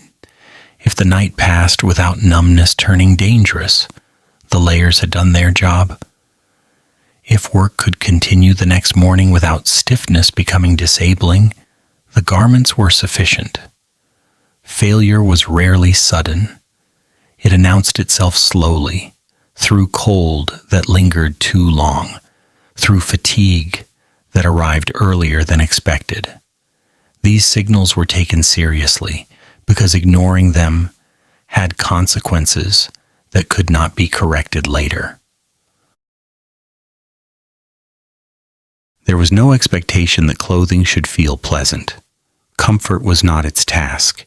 Its task was duration, to last through hours of stillness, to endure dampness, smoke, and repeated wear, to continue functioning after being slept in, worked in, and repaired many times. Softness, if it existed, was temporary. Use hardened everything eventually. This was accepted, not resisted. Even so, people developed a quiet familiarity with their garments. They knew how each layer behaved when wet, which pieces dried fastest, which ones trapped warmth best during rest. This knowledge was intimate, almost bodily. You could feel when something was wrong before you could explain why. A seam pulling heat away, a patch no longer holding. Clothing spoke, but only in sensations. The irony is that this deep attention to clothing rarely produced ornament. When every addition had to justify its weight and warmth, decoration struggled to survive. Anything purely decorative was either removed or absorbed into function. Fringes became insulation. Overlaps became wind barriers. Nothing remained useless for long. Later histories often imagine early medieval people as indifferent to appearance. That is not quite true. Appearance was simply not allowed to compete with survival. When the cold decides outcomes, vanity becomes impractical. It is not shamed. It is outgrown. And so the body moved through its days, wrapped in layers that were heavy, imperfect, and familiar. Clothing did not express personality. It preserved continuity. It allowed hands to work, lungs to breathe, and sleep to happen without loss that could not be replaced. When the day ended and stillness returned, the body settled into its garments as into a known structure. Nothing about them surprised. Nothing about them demanded attention. That, in itself, was success. The cold remained outside, pressing, patient, unchanged. Clothing did not defeat it. It slowed it. Just enough. And with warmth held a little longer, the body could turn its attention elsewhere, toward effort, toward movement, toward the careful spending of energy that determined how long life could continue in a world that never stopped asking for payment. Fire in the early medieval world was a measure of time.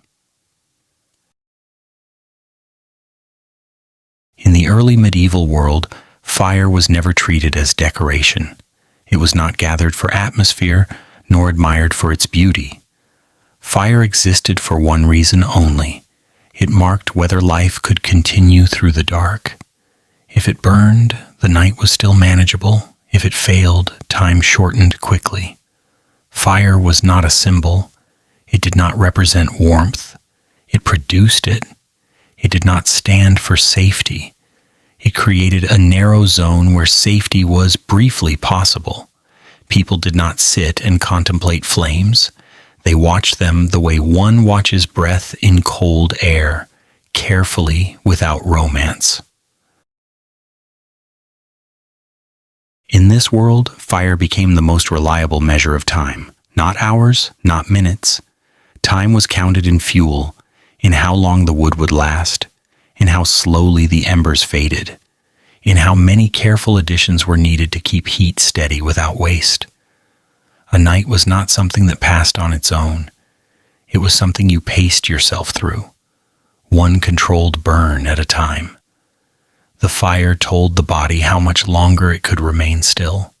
As long as warmth held, rest was possible. When the fire weakened, movement became necessary. Hands reached forward. Wood was adjusted. Ashes were shifted to protect the core of heat beneath. These movements were small, practiced, and quiet. Fire did not demand drama. It demanded attention. Fuel was never abundant enough to be careless. A fire built too large burned brightly and died quickly. A fire built too small failed before morning. Balance mattered. This balance was not calculated with numbers. It was felt. The body learned how much heat the night required by how the cold responded. If fingers stiffened too soon, the fire had been misjudged. If embers remained strong at dawn, the judgment had been good. Because of this, fire became a kind of shared responsibility. No one assumed it would tend itself. No one trusted it to behave kindly without supervision. Fire was cooperative, but only when treated with respect. Neglect was answered immediately and without apology. There is a dry irony here. The fire, which later ages would celebrate as a breakthrough of civilization, was experienced here as fragile. It could be lost. It could be mismanaged. It could fail quietly in the middle of the night if attention slipped. The fire was powerful, but it was never secure. This fragility shaped behavior. People slept lightly. Someone always woke before the fire died completely. Even rest contained awareness. Fire allowed sleep, but it did not permit abandonment. The body learned to drift without disappearing entirely. The length of the night was not measured by the sky. It was measured by how long warmth could be sustained. A long night was one that consumed more fuel than expected. A short night was one that passed before the fire demanded urgent care. Dawn mattered less than embers. Fire also shaped conversation, though quietly. Words were shared when the fire was strong enough to allow stillness. Silence returned when attention was required elsewhere. Fire did not encourage storytelling for its own sake. It allowed it briefly when conditions permitted. When the fire finally faded at morning, it left behind more than ash. It left information. How cold the night had been, how well the shelter had held, how accurately the body had judged its needs. The fire's remains were read like a report, not admired like a relic. This is why fire was never neutral. It was not just warmth, it was duration. It told people how much night they could afford. It measured survival without numbers or faces. In a world without clocks, fire was the only measure of time that mattered. It did not count hours. It counted whether the body would still be warm when light returned. And so each night was paced by flame, carefully, quietly, without ceremony, not as comfort, not as symbol, but as the thin line that allowed time itself to continue. Fire shaped the night in other ways as well. It controlled where bodies gathered and where they did not. People arranged themselves around it not for social reasons, but thermal ones. Distance mattered. Too close wasted fuel and risked injury. Too far allowed cold to reclaim space. Everyone learned the radius instinctively. It was not marked, it was felt. This created a particular stillness. Movement near the fire was deliberate and infrequent. Each shift had purpose. Wood was added sparingly, not to make the flame impressive, but to keep it honest. A steady fire was preferred to a dramatic one. Brightness was not reassurance, longevity was. Fire also dictated the rhythm of sleep. Rest did not come all at once. It came in intervals, shaped by the fire's condition. A body slept while the fire held, stirred when it weakened, and slept again once balance returned. Night became a series of shallow descents rather than a single plunge into unconsciousness. This was not considered exhaustion. It was simply how night worked. The sound of fire mattered. The crackle of dry wood, the dull hush of embers, the sharp snap of a shifting log. Each sound carried meaning. Silence from the hearth was never ignored. It was investigated immediately. Fire announced its needs clearly enough for anyone paying attention. Fuel, too, carried time inside it. Certain woods burned fast and bright, useful for reviving warmth. Others burned slowly, forming coals that lasted through hours of stillness. Knowing which to use and when was not specialized knowledge. It was common sense, shaped by necessity. Mistakes were memorable. Correct choices were invisible, which is usually how good decisions behave. There is another quiet irony here. Fire demanded labor even while offering relief. Someone had gathered the wood earlier. Someone had dried it. Someone had protected it from damp. The warmth of the night was always the result of work done in daylight. Fire did not erase effort. It postponed its consequences. When storms arrived or winds shifted, fire became even more demanding. Flames leaned. Heat escaped. Attention increased. Nights grew longer, not because the sky delayed dawn, but because fire consumed fuel faster. Time stretched under pressure, counted in the pace of burning rather than the movement of stars. Morning did not end the fire's role. The final embers were used carefully. Heat was drawn from them for as long as possible. Ash was preserved. Nothing warm was discarded without reason. Fire, even in its weakest state, still held value. What stands out most is how little reverence surrounded all of this. Fire was not sacred. It was necessary. People respected it not because it was powerful, but because it was fragile. Losing it was not symbolic. It was immediate. Later cultures would wrap fire in meaning. They would celebrate it as progress, as mastery, as civilization itself.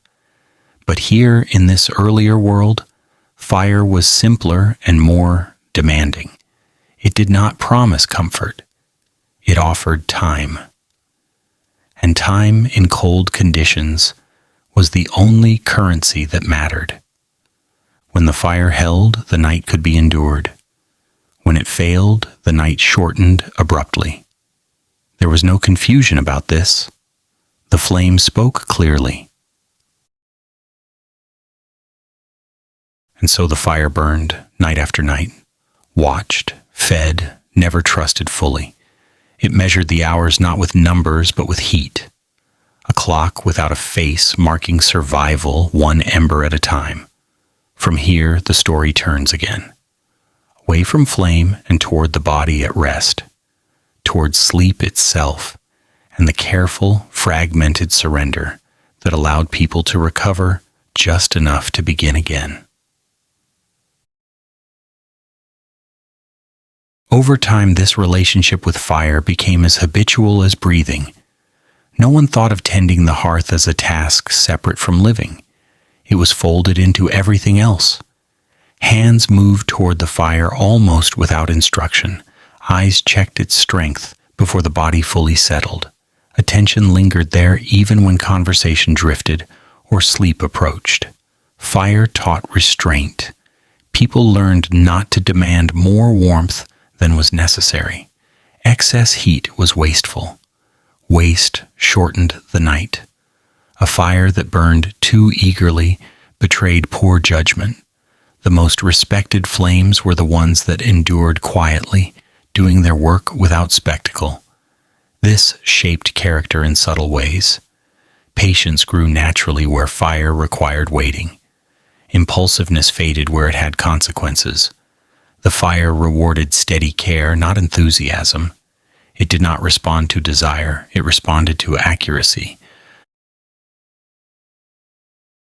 Even disagreements softened near the hearth, not because fire created harmony, but because arguments consumed attention.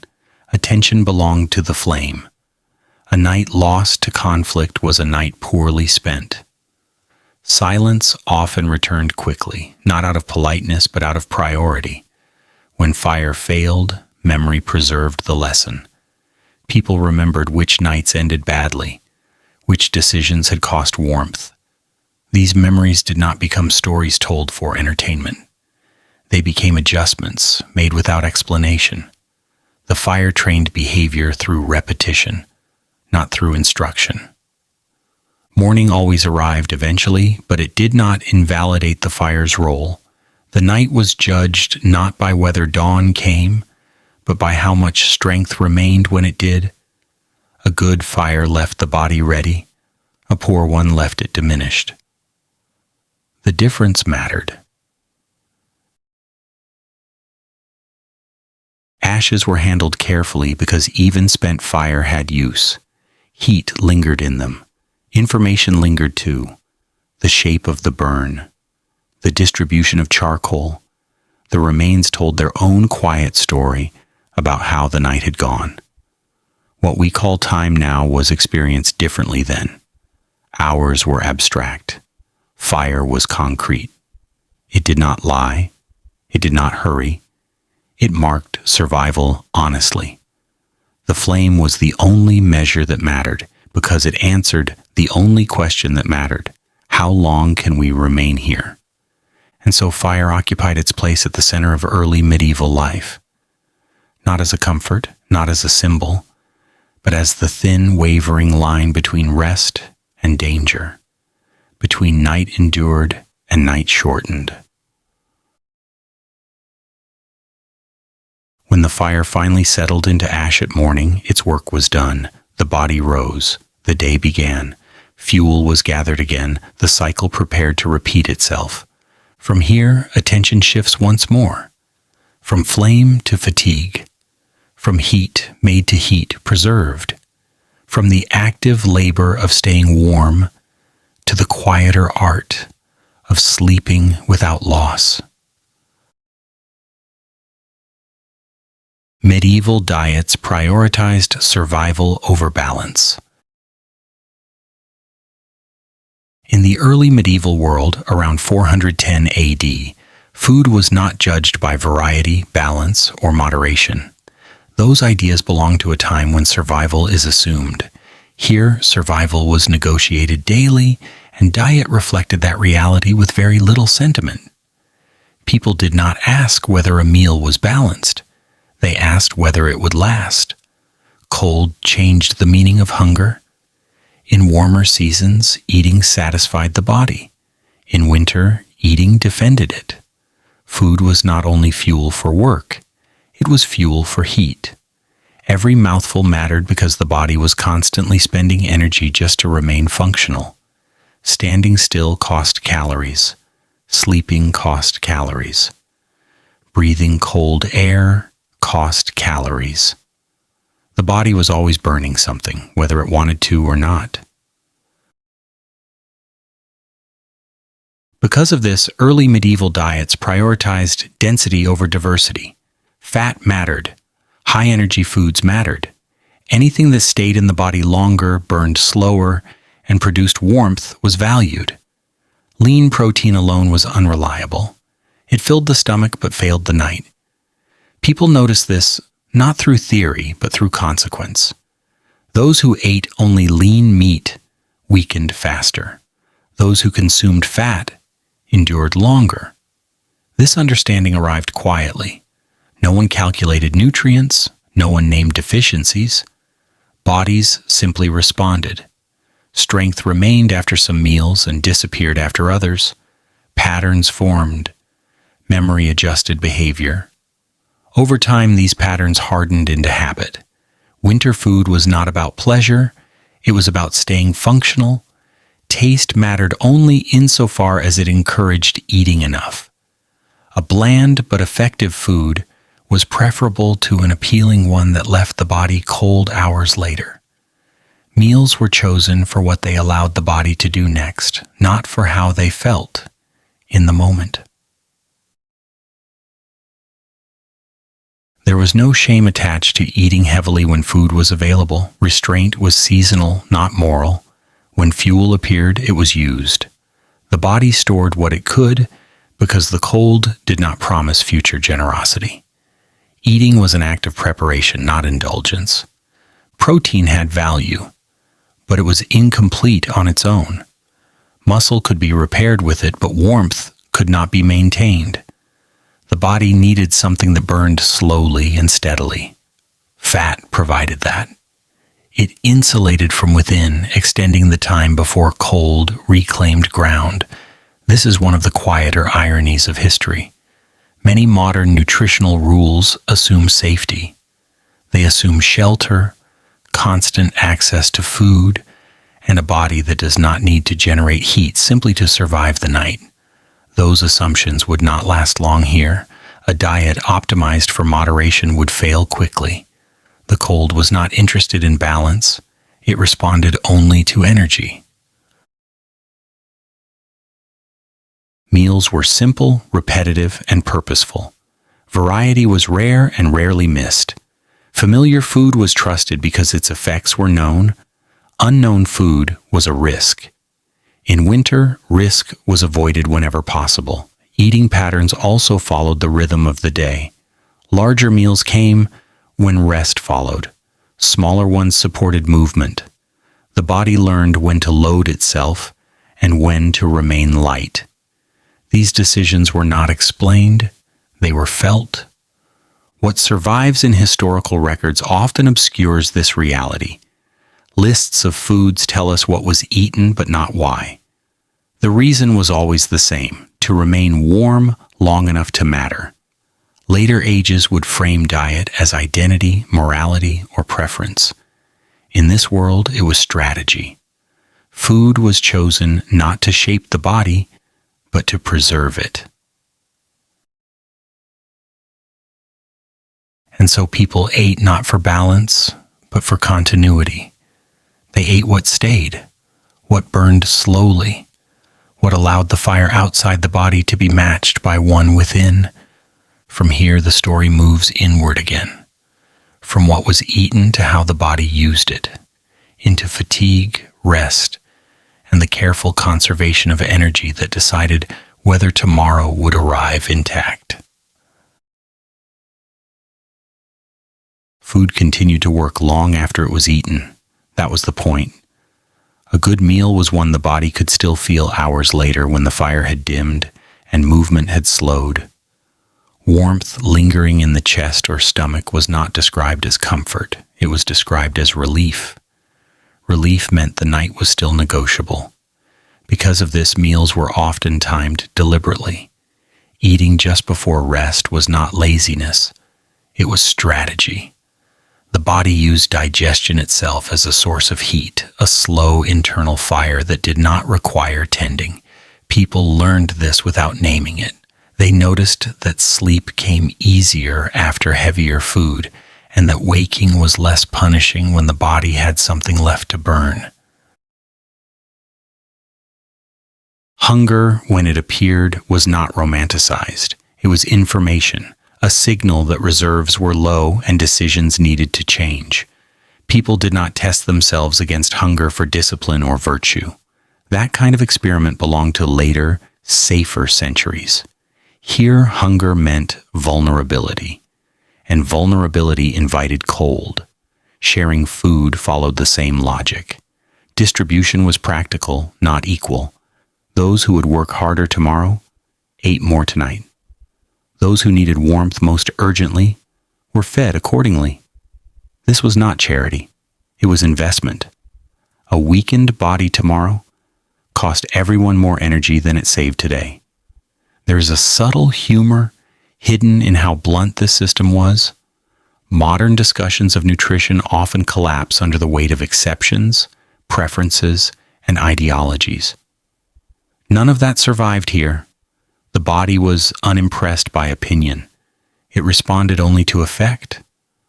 Food either helped or it didn't. Debate ended where the cold began. Digestion itself shaped behavior. Heavy food slowed movement, so it was paired with stillness. Lighter food supported activity. These patterns repeated until they no longer felt chosen. The body learned when to ask for what it needed and when to accept that nothing more was available. Even scarcity was managed carefully. When food was limited, it was rationed in ways that preserved function rather than comfort.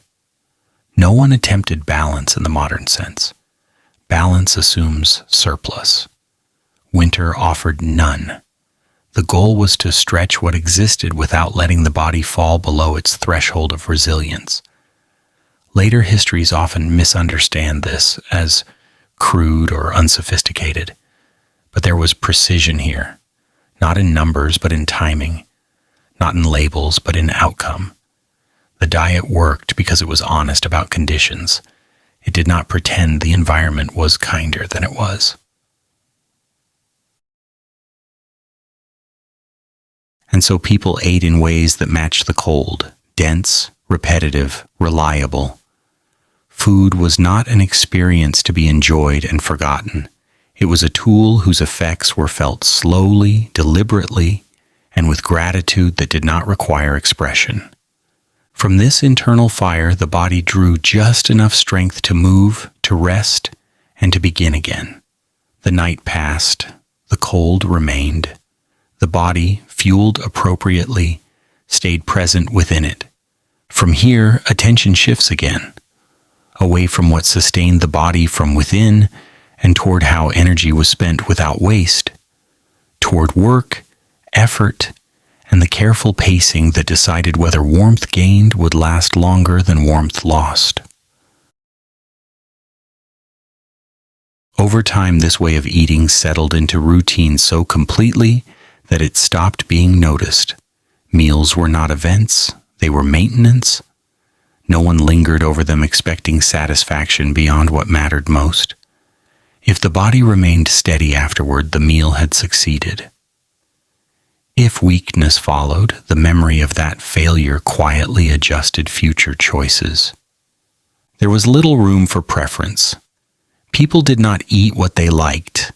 They ate what worked. Liking was irrelevant in a season where effectiveness determined duration. When food tasted good, it was welcomed, but taste was never trusted. Taste did not keep hands warm at dawn. Energy did. This did not mean that people were indifferent to eating.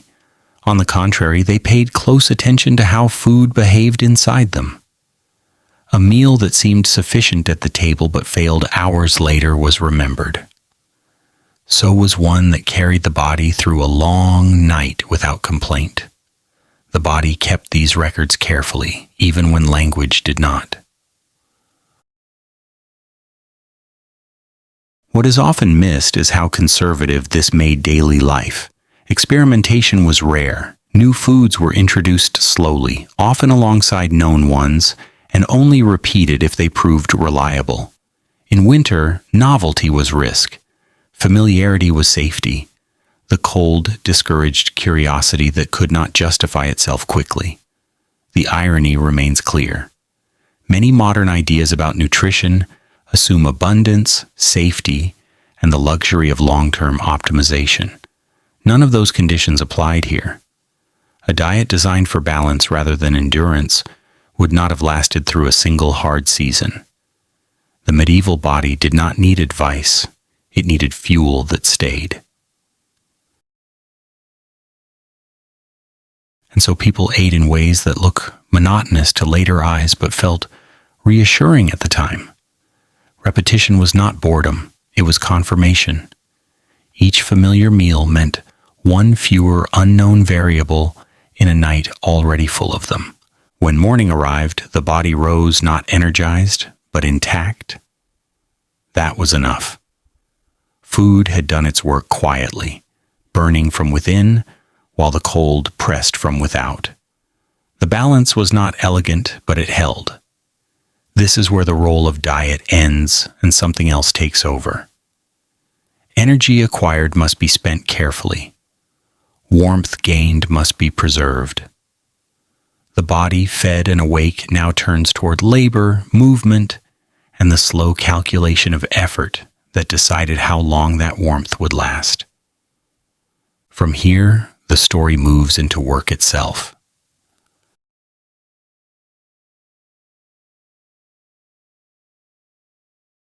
In the cold world of around 410 AD, movement was never neutral. Every step carried consequence. To move was to spend heat, and heat was never free. The body understood this immediately, even when the mind did not bother to explain it. Motion warmed briefly, then punished later.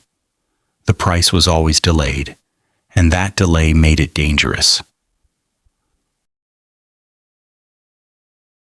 Walking through cold air did not feel threatening at first. Muscles loosened, blood moved faster. For a moment the body felt capable, but the medieval body knew what followed. Sweat appeared quietly, dampness settled into clothing, and once movement stopped, the cold reclaimed everything that had just been gained, often with interest.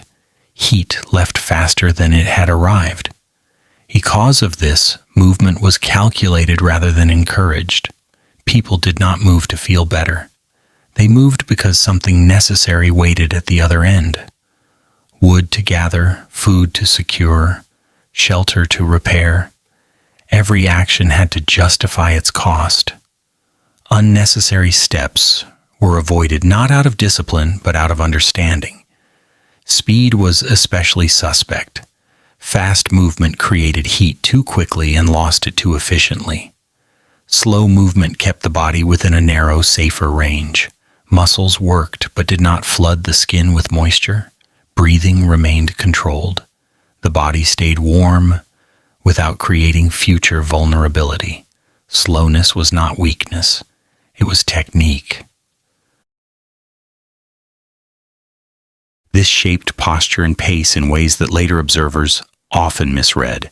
People appeared deliberate, even hesitant. In reality, they were economical. Each motion was measured against its outcome. The goal was not to arrive quickly, but to arrive intact and remain so afterward. Rest followed movement carefully. The body did not stop abruptly. It settled. Layers were adjusted. Fire was approached gradually. Sudden stillness after exertion was avoided. Everyone had learned, in one way or another, that stopping too quickly allowed the cold to seize what movement had just created. Travel, when unavoidable, was planned around shelter and timing. Distance was broken into segments. Rest points mattered as much as destinations. The body was never assumed to be endlessly adaptable. Limits were known. Respecting them preserved life. There is a dry humor hidden here. The idea of walking for pleasure would have sounded absurd. No one wandered to clear their mind. No one strolled to enjoy the weather. Weather was not something to be enjoyed. It was something to be managed. Movement existed to solve problems, not to create experiences. Children learned this early. Running was allowed only when warmth could be maintained afterward. Play was adjusted to conditions. Laughter did not disappear, but it shortened when fingers numbed. The body corrected behavior long before adults needed to intervene. Even within shelter, movement remained restrained. People shifted positions rather than pacing. Tasks were grouped to avoid repeated exposure. Efficiency mattered more than momentum. The body did not celebrate activity. It tolerated it. What later generations might call inactivity was, in fact, precision. Stillness preserved heat. Heat preserved strength. Strength preserved continuity. Movement was a tool, not a habit. And so people lived within a narrow range of motion that allowed survival without waste. They moved when necessary. They stopped before it cost too much. The cold enforced this logic patiently without raising its voice. From here, the story turns again, toward stillness taken further, toward sleep itself, not as escape, but as another careful negotiation with temperature, energy, and time. Movement, once begun, was always accompanied by awareness of its ending. People thought not only about where they were going, but about where they would stop. Ending movement safely mattered as much as beginning it. A journey that delivered the body to shelter was successful. One that ended in open cold, even briefly, was remembered as a mistake. This is why paths were not chosen for beauty or efficiency alone. They were chosen for cover. Windbreaks mattered, tree lines mattered, slight changes in elevation that blocked exposure mattered. A longer route with protection was often safer than a shorter one that stripped heat too quickly. Distance was less dangerous than exposure. The body learned to read itself constantly while moving. A certain stiffness in the fingers signaled it was time to slow. A change in breathing suggested effort was becoming too expensive. These signals were not ignored or pushed through. Pushing through was a modern idea, born in environments that forgive error. Here, error accumulated quietly until it could not be corrected. Tools changed movement as well. Carrying weight altered balance and pace. Loads were adjusted to avoid strain that would demand excessive heat later. People preferred multiple smaller trips to a single exhausting one. Exhaustion created debt. Debt in cold conditions was unforgiving. Inside this logic, pauses became part of movement. Stopping briefly to adjust layers, to warm hands, to assess conditions was not inefficiency. It was control. The body remained warm enough to continue because it did not pretend to be stronger than it was. This careful relationship with motion shaped temperament. Impulsiveness faded where it carried cost. Restlessness had nowhere to go. The environment trained patience through consequence rather than instruction. Movement became purposeful because purpose justified its expense. There is another quiet irony here. Many later societies would associate freedom with movement. Here, freedom existed in restraint. The ability to remain still, warm, and intact was more valuable than the ability to roam. Stillness was not confinement. It was preservation. As night approached, movement narrowed further. Tasks were finished earlier. Exposure was minimized. The body prepared itself not for activity, but for endurance through stillness. Movement surrendered to preparation. The day closed carefully, not triumphantly.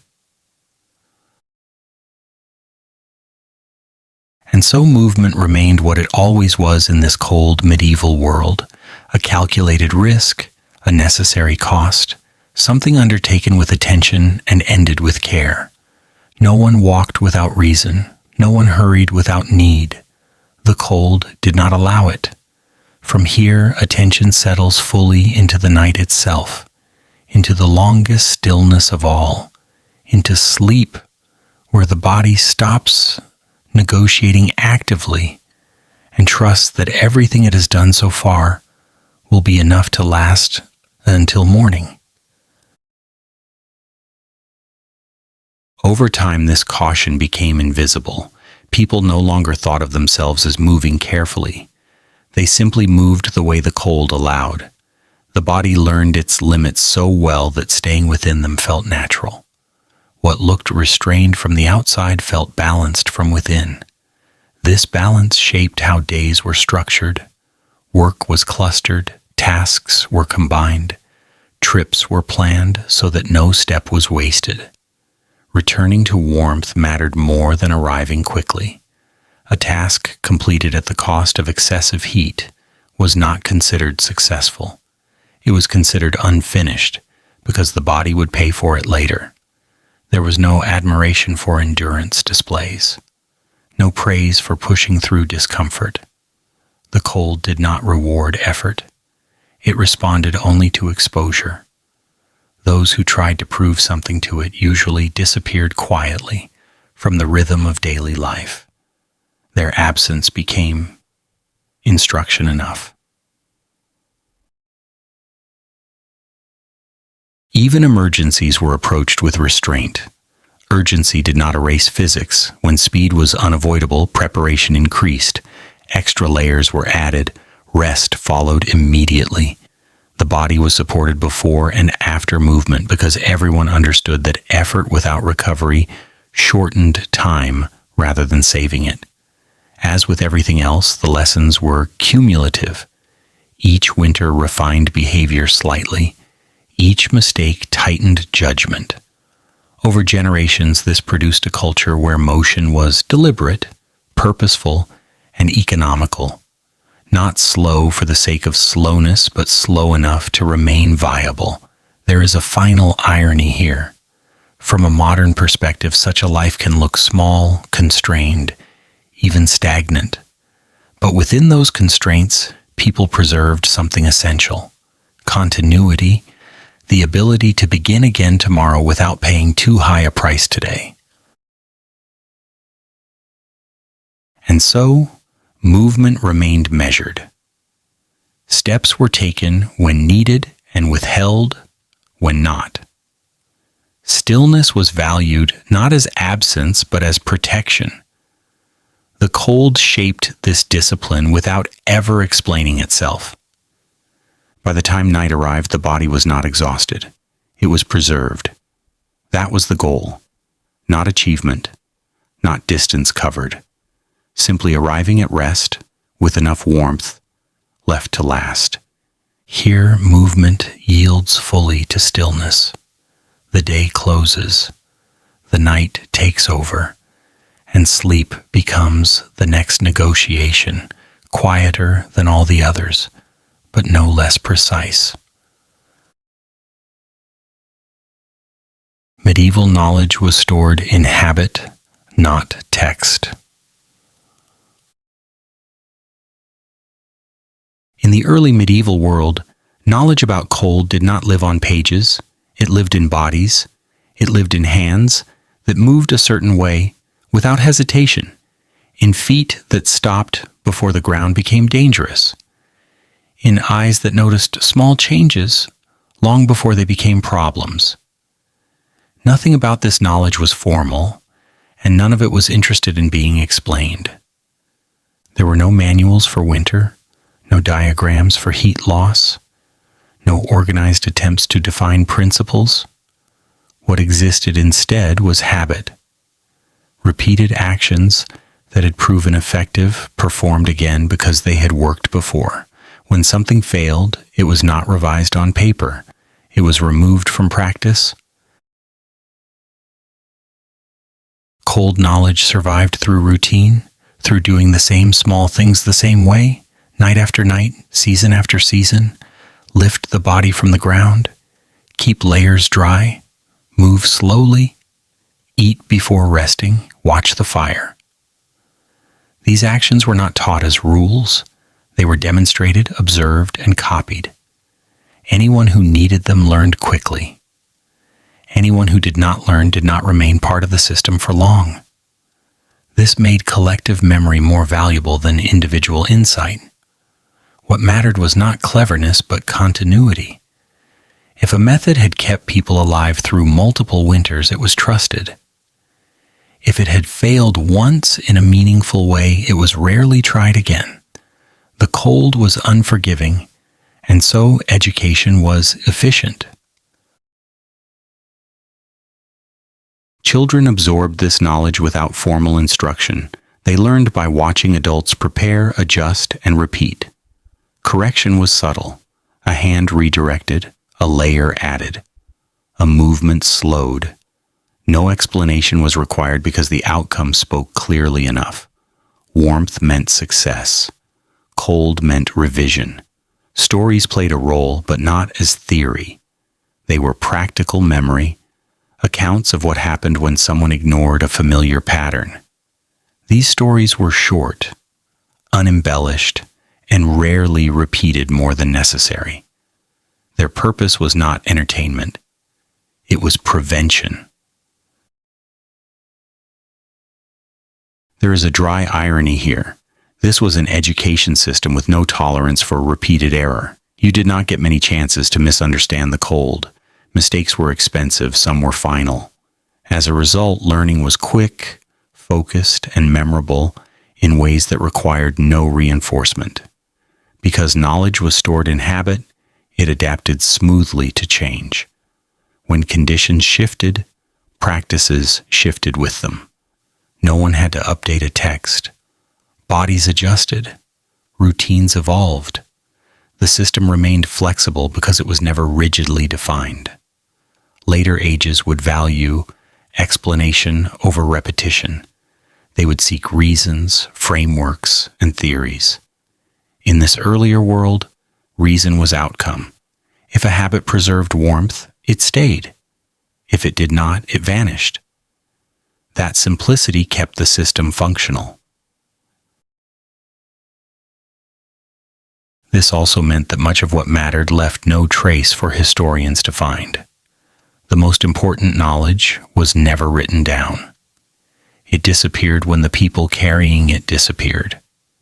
What remains are gaps where habits once existed, invisible but essential. And yet, for those living within it, this system was enough. It did not promise understanding. It promised survival. And in a world governed by cold, that promise mattered more than explanation. From here, attention moves again, away from what was known and toward how that knowledge shaped daily life without ever naming itself as knowledge at all. This way of knowing shaped behavior more deeply than any written instruction could have. Because habits were learned through consequence, they were rarely questioned. There was no debate about whether something worked. The body already knew the answer. If a practice survived the winter, it remained.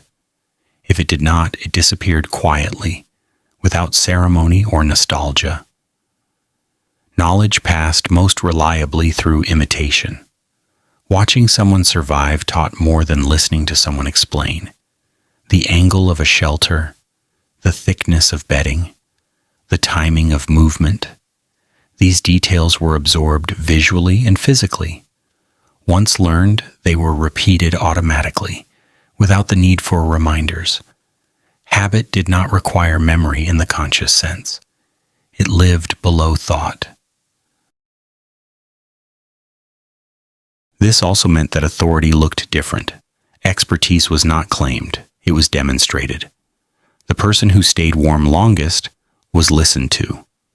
The person whose methods failed was not argued with. Their methods simply stopped being used. Respect followed effectiveness, not explanation. There was little patience for abstraction. Ideas that could not be tested immediately were ignored. The cold did not care about intention or theory. It responded only to exposure. Because of this, the gap between knowing and doing remained small. What you knew was what you did. What you did was what you survived. This created a culture where repetition was valued over innovation, not because innovation was feared, but because its cost was high. Trying something new meant risking warmth. Risking warmth meant risking continuity. Only changes that proved themselves quickly were allowed to stay. The humor in this system was understated but present. People noticed how often the same mistakes reappeared briefly and then vanished. A poorly placed fire. A careless layer choice. These errors did not become traditions. They burned out fast. In this sense, the education was efficient. One mistake was often enough. Because knowledge lived in habit, it traveled easily. It did not need translation. A person moving between groups could observe, adjust, and align quickly. The cold provided a shared curriculum. Everyone learned the same lessons, whether they wanted to or not. What this world lacked in written record, it made up for in consistency. The same patterns appeared across regions not because people communicated widely, but because the environment enforced similar solutions. Cold taught the same syllabus everywhere it went. And so the most important medieval knowledge never announced itself as knowledge. It moved through daily life unnoticed. It shaped sleep, movement, food, and fire without ever demanding attention. It remained invisible precisely because it worked.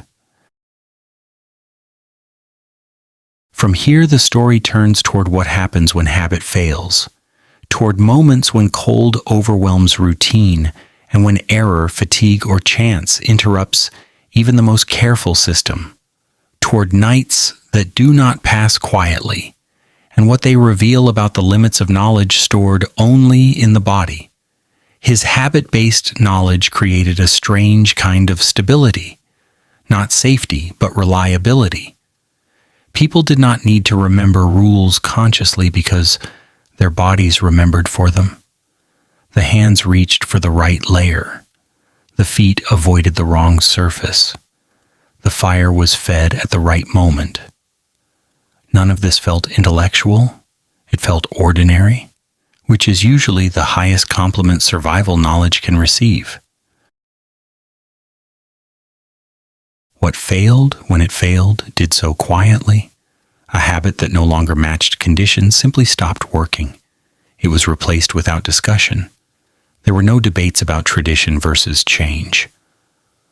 The cold settled the argument immediately. If a method shortened the night, it disappeared. If it lengthened endurance, it stayed. Education moved at the speed of consequence.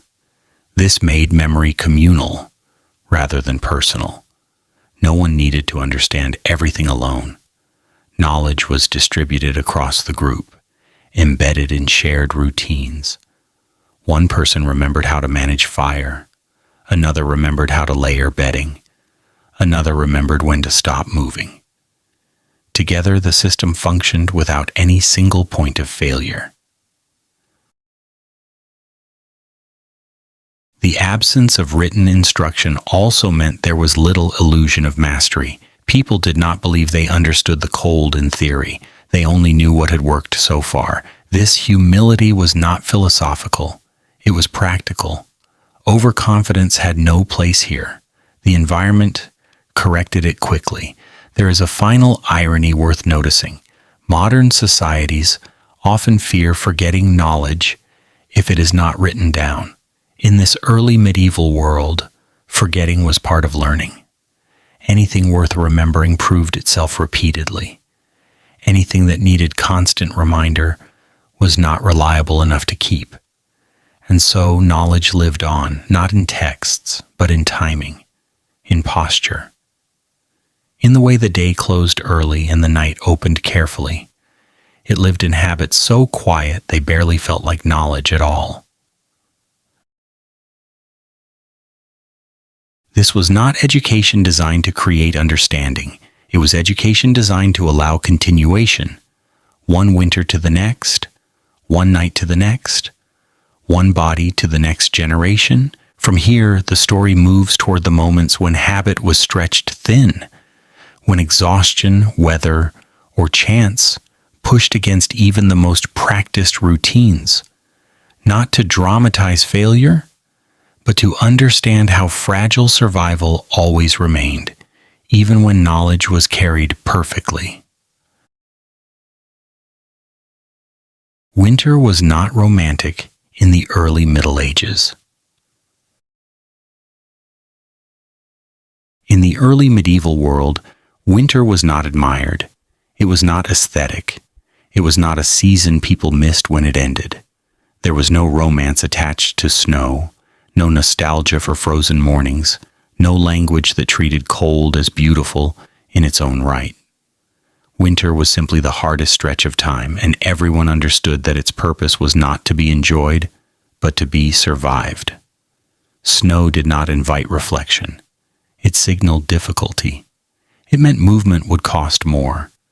That fuel would disappear faster. That mistakes would matter sooner. A white landscape was not a canvas. It was an obstacle. Silence after snowfall did not feel peaceful. It felt empty, stripped of options, unforgiving of delay. There was no sentimental attachment to winter rituals because rituals imply meaning beyond necessity. What existed instead were procedures, tasks done earlier, fires kept lower and steadier, food rationed with more care. Nights approached with caution rather than anticipation.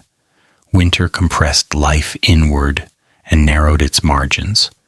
People did not speak fondly of cold days past.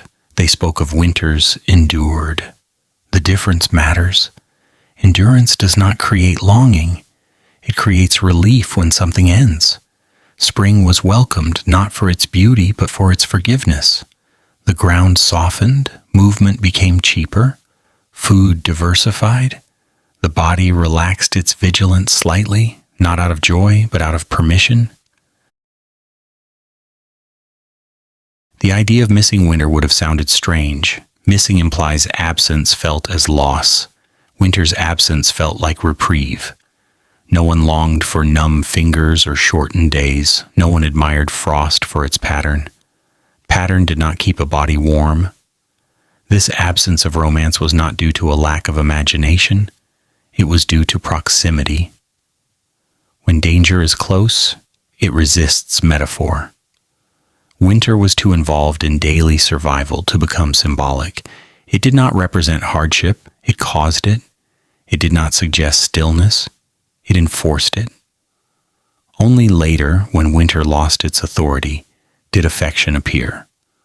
Only when people learned to insulate fully, to heat reliably, To store food without fear, did snow become something to admire from a distance. Beauty requires safety. Winter became picturesque only when it stopped deciding who lasted through it. There is a quiet humor in this shift. The more winter was controlled, the more it was praised. The less it threatened, the more it inspired poetry. When it was dangerous, it was practical. When it became manageable, it became beautiful. In the early medieval world, winter never had the luxury of being liked. It demanded attention, discipline, and restraint. It offered no reward for admiration. It only asked to be taken seriously. And so people did not dream about winter. They prepared for it. They counted it. They waited for it to loosen its grip. When it finally did, no one looked back with longing.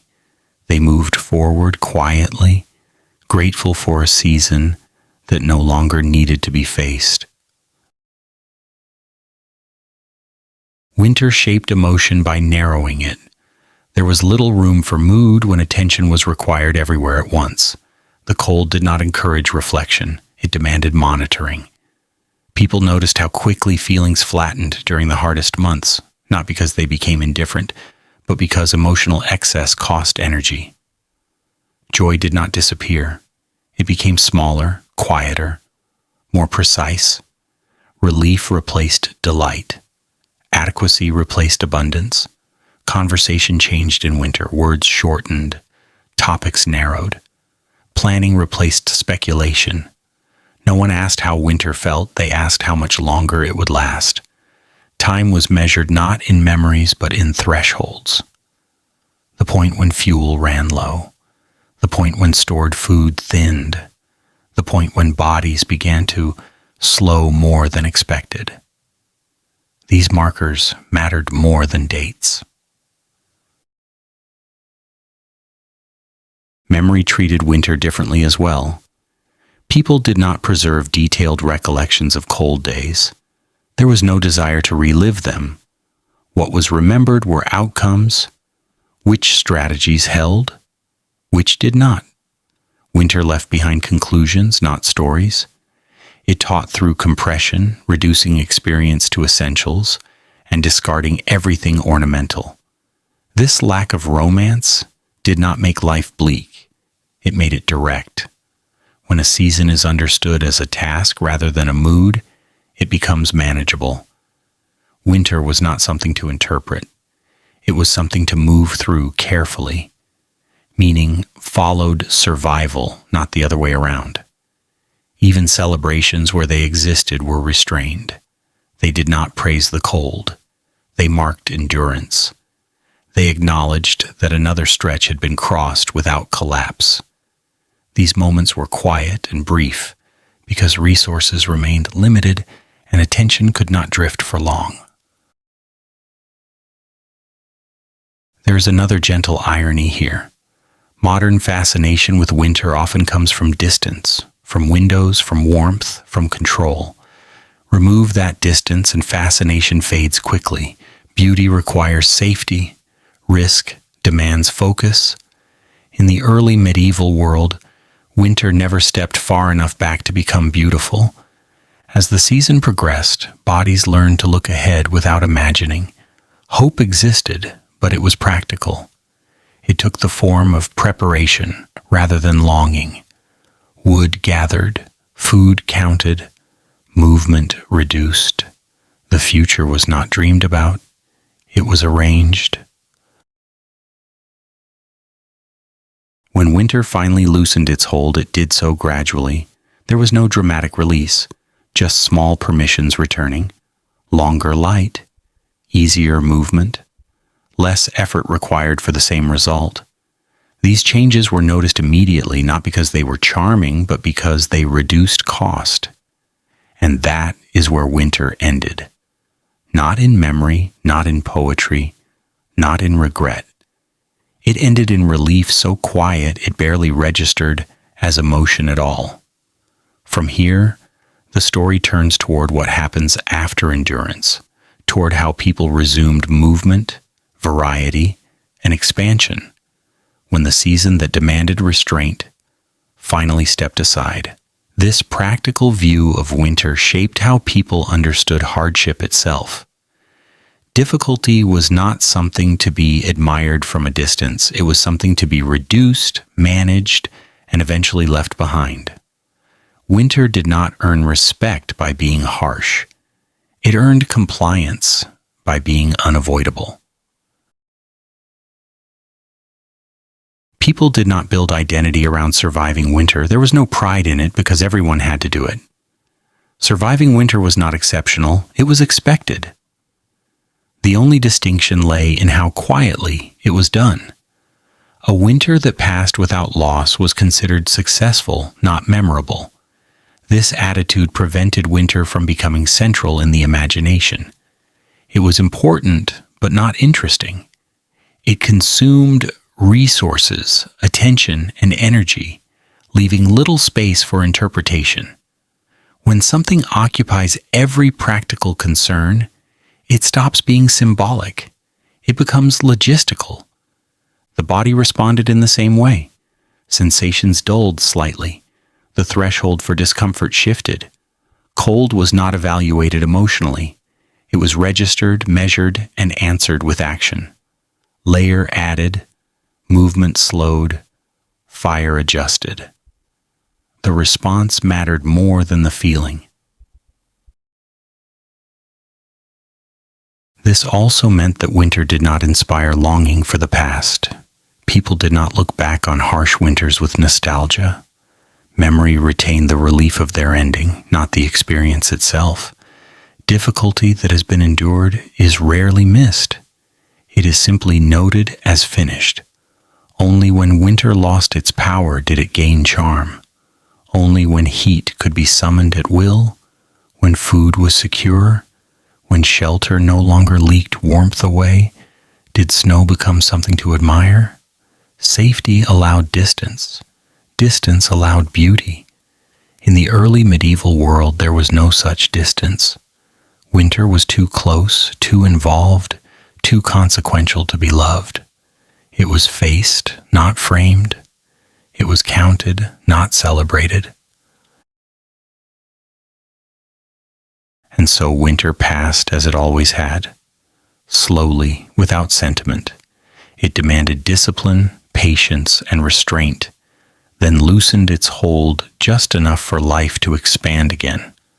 When it ended, no one praised it. They simply moved on. With that, the story turns toward the final quiet truth beneath all of this. Not how people endured the cold, but why so little of that endurance survived in words at all. Why a life spent managing danger rarely leaves behind poetry, only patterns. Repetition was the medieval survival strategy. In the early medieval world, survival did not depend on cleverness. It depended on repetition.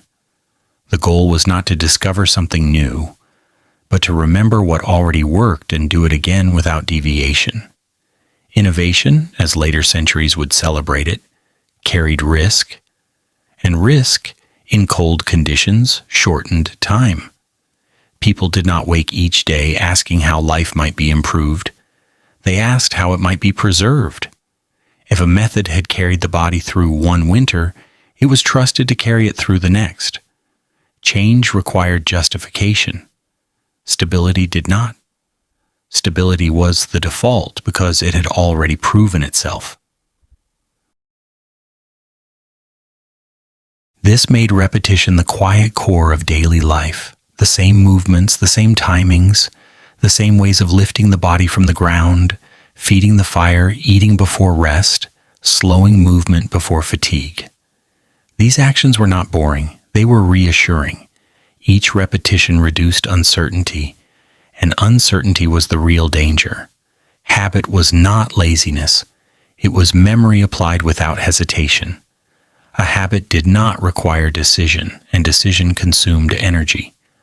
By removing choice wherever possible, people conserved attention, for moments when it was truly needed. The fewer decisions a day required, the more likely the body was to last. This is why early medieval life appears static from a distance. But stillness here was not stagnation, it was control. Change happened, but only when the old pattern failed. Creativity emerged reluctantly, not enthusiastically. It appeared when repetition stopped working and survival demanded adjustment. When that happened, change was tested cautiously. New methods were layered onto old ones, not replaced wholesale. If they improved outcomes, they stayed. If they did not, they vanished quickly. The environment enforced peer review without discussion. There is a dry irony in this. What later ages would label conservative or unimaginative was, in fact, deeply adaptive. The system evolved slowly because slow evolution avoided catastrophic error. Stability was not resistance to progress. It was progress measured carefully. The most successful survival strategy of 410 AD was not invention, it was consistency. Doing the same small things correctly over and over until they became invisible, until they no longer felt like effort, until survival itself stopped feeling dramatic. This repetition shaped character as much as it shaped routine. People became attentive rather than ambitious, reliable rather than impressive. Their lives did not produce many stories, but they produced continuity. And continuity was the only achievement that mattered. Modern histories often search for breakthroughs. They overlook the quieter truth that most people survived not by changing their world, but by aligning with it repeatedly, night after night, season after season. In that sense, the greatest invention of the early medieval world was not a tool or a technique. It was stability itself, the ability to repeat what worked without questioning it unnecessarily, to trust habit over novelty, to value persistence over progress. And through that repetition, life continued, quietly, carefully, enough. Repetition also softened fear. When the same actions led to the same outcomes often enough, anxiety lost its edge. The body stopped bracing for surprise and began to settle into expectation. Fires were built the same way. Bedding was arranged the same way. Food was prepared at the same moments. Nothing dramatic happened, and that absence of drama was precisely the point. This sameness did not dull awareness. It sharpened it. Because the routine was familiar, small deviations stood out immediately. A fire burning faster than usual, a layer feeling damp too soon, fatigue arriving earlier than expected. Repetition created a baseline, and the baseline made danger visible before it became irreversible. People trusted this more than any plan. Plans assumed the future could be predicted. Repetition assumed only that the present could be managed. That assumption proved safer. The future did not need to be imagined if tonight could be handled correctly. Even teaching followed this logic. Children were not encouraged to experiment freely. They were encouraged to copy accurately. Mastery came first through imitation. Only when repetition became reliable was variation allowed, and even then, variation stayed small.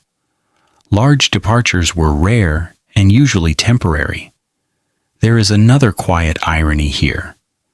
Repetition created freedom of a different kind. When habits were stable, attention was freed for observation. People noticed weather patterns, animal behavior, subtle changes in landscape. Because they were not reinventing daily life, they could watch it. Innovation, when it appeared, did not arrive with excitement, it arrived with relief. Something had failed, something new had become necessary. The response was practical rather than hopeful. Try this, see what happens. If it works, repeat it. If it doesn't, return to what did.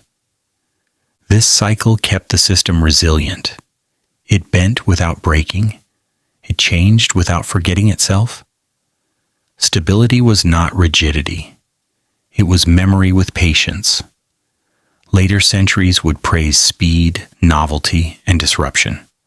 None of those would have helped here. Speed wasted heat. Novelty invited error. Disruption consumed energy. What sustained life instead was the ability to do ordinary things extraordinarily consistently. And so days unfolded in familiar shapes. Nights followed known patterns. The cold remained present, but it was met with routines that had already proven themselves worthy of trust. This is how life endured in 410 AD. Not through brilliance, not through constant reinvention, but through repetition so reliable it faded into the background. And with that, the story prepares to close. Not with a lesson announced loudly, but with a quiet understanding that survival in this world belonged to those who learned when not to change. Repetition became more than a strategy. It became a kind of quiet agreement between people and their world. The environment would remain difficult, predictable in its indifference. In return, people would respond with consistency rather than resistance. Nothing about this agreement was spoken aloud. It did not need to be. This is why early medieval life rarely produced moments of dramatic transformation. Change was slow because it was careful. Anything adopted too quickly risked undoing what had already been secured. Repetition protected against that risk. It kept life narrow enough to manage, even when conditions were unforgiving. The cold respected repetition in its own way, not because it rewarded it, but because repetition reduced exposure to error. When actions became automatic, fewer mistakes were made. When fewer mistakes were made, nights passed more quietly. Quiet nights were the goal, not progress, not comfort. Quiet. From a modern perspective, this can look like stagnation, but stagnation implies wasted potential. Here, potential was spent exactly where it was needed, on endurance, on continuity, on making sure tomorrow could arrive without demanding too much from today. The irony remains gentle but clear. In a world that valued stability above all else, stability itself became the greatest achievement, not because it was impressive, but because it was rare. Holding conditions steady in an unstable environment required attention, patience, and restraint.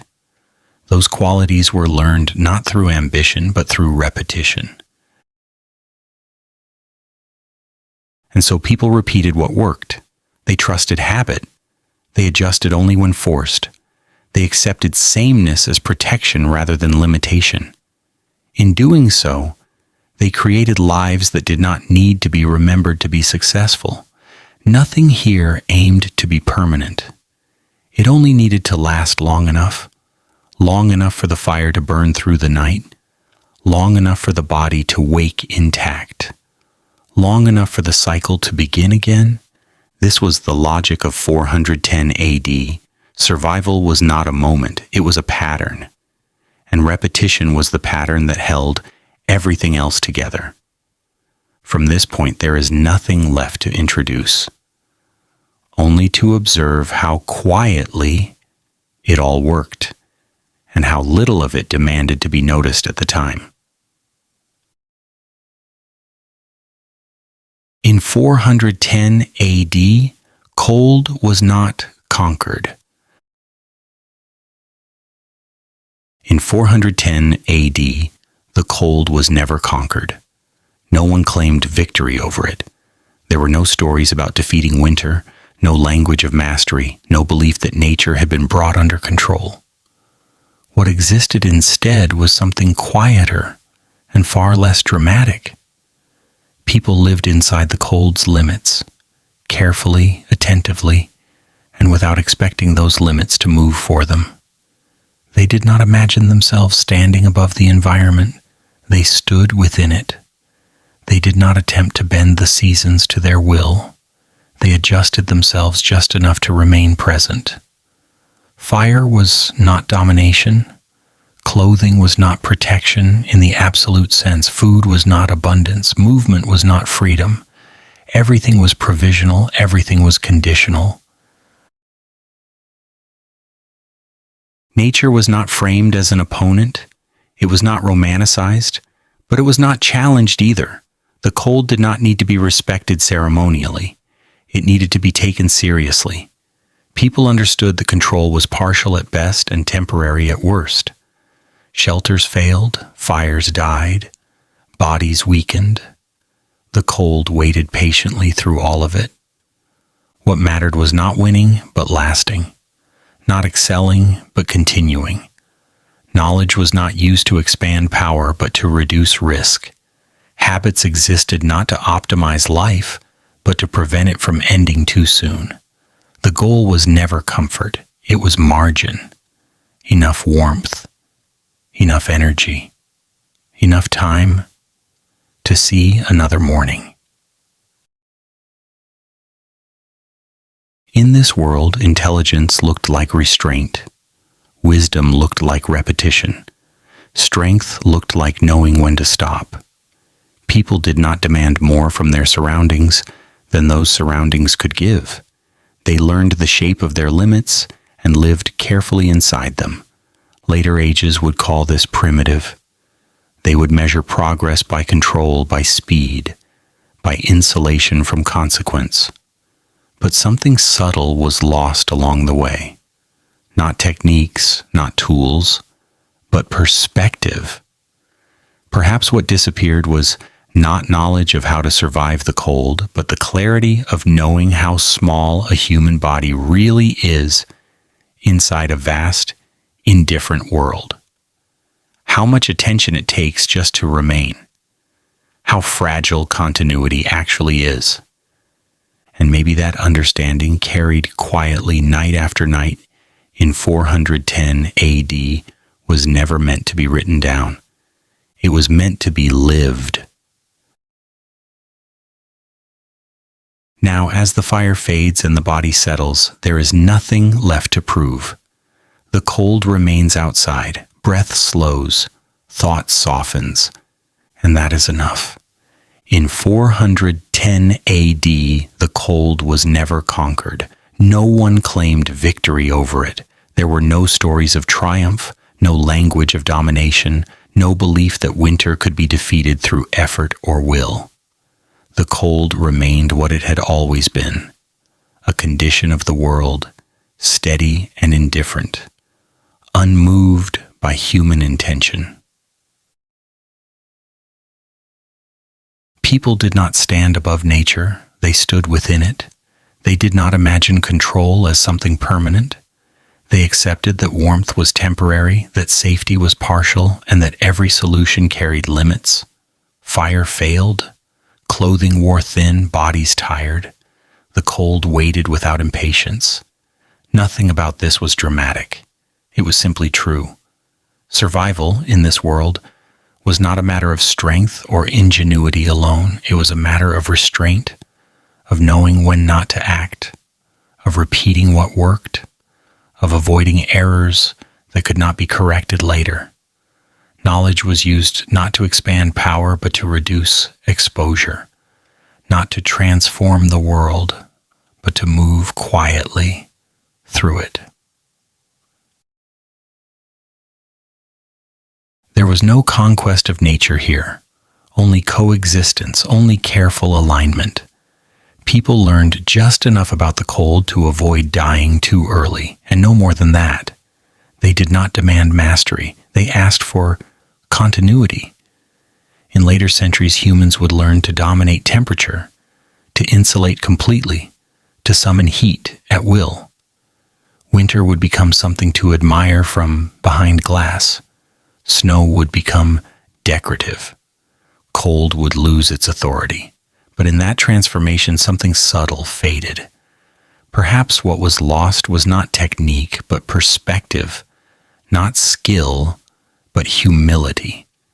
The early medieval body understood without needing explanation how small it was inside a vast and unresponsive world, how much attention it took just to remain present, how easily continuity could break. That understanding did not need to be recorded. It lived in habit, in posture, in quiet nights that passed without becoming stories. And now, as the fire settles into embers and the cold waits beyond the shelter, there is nothing left to solve. Breath slows, thought loosens, the body rests inside limits it has learned to respect. Thank you for spending this quiet time here. If the night feels calmer now, you are welcome to stay. We will be here again, moving slowly through history whenever you return. Good night.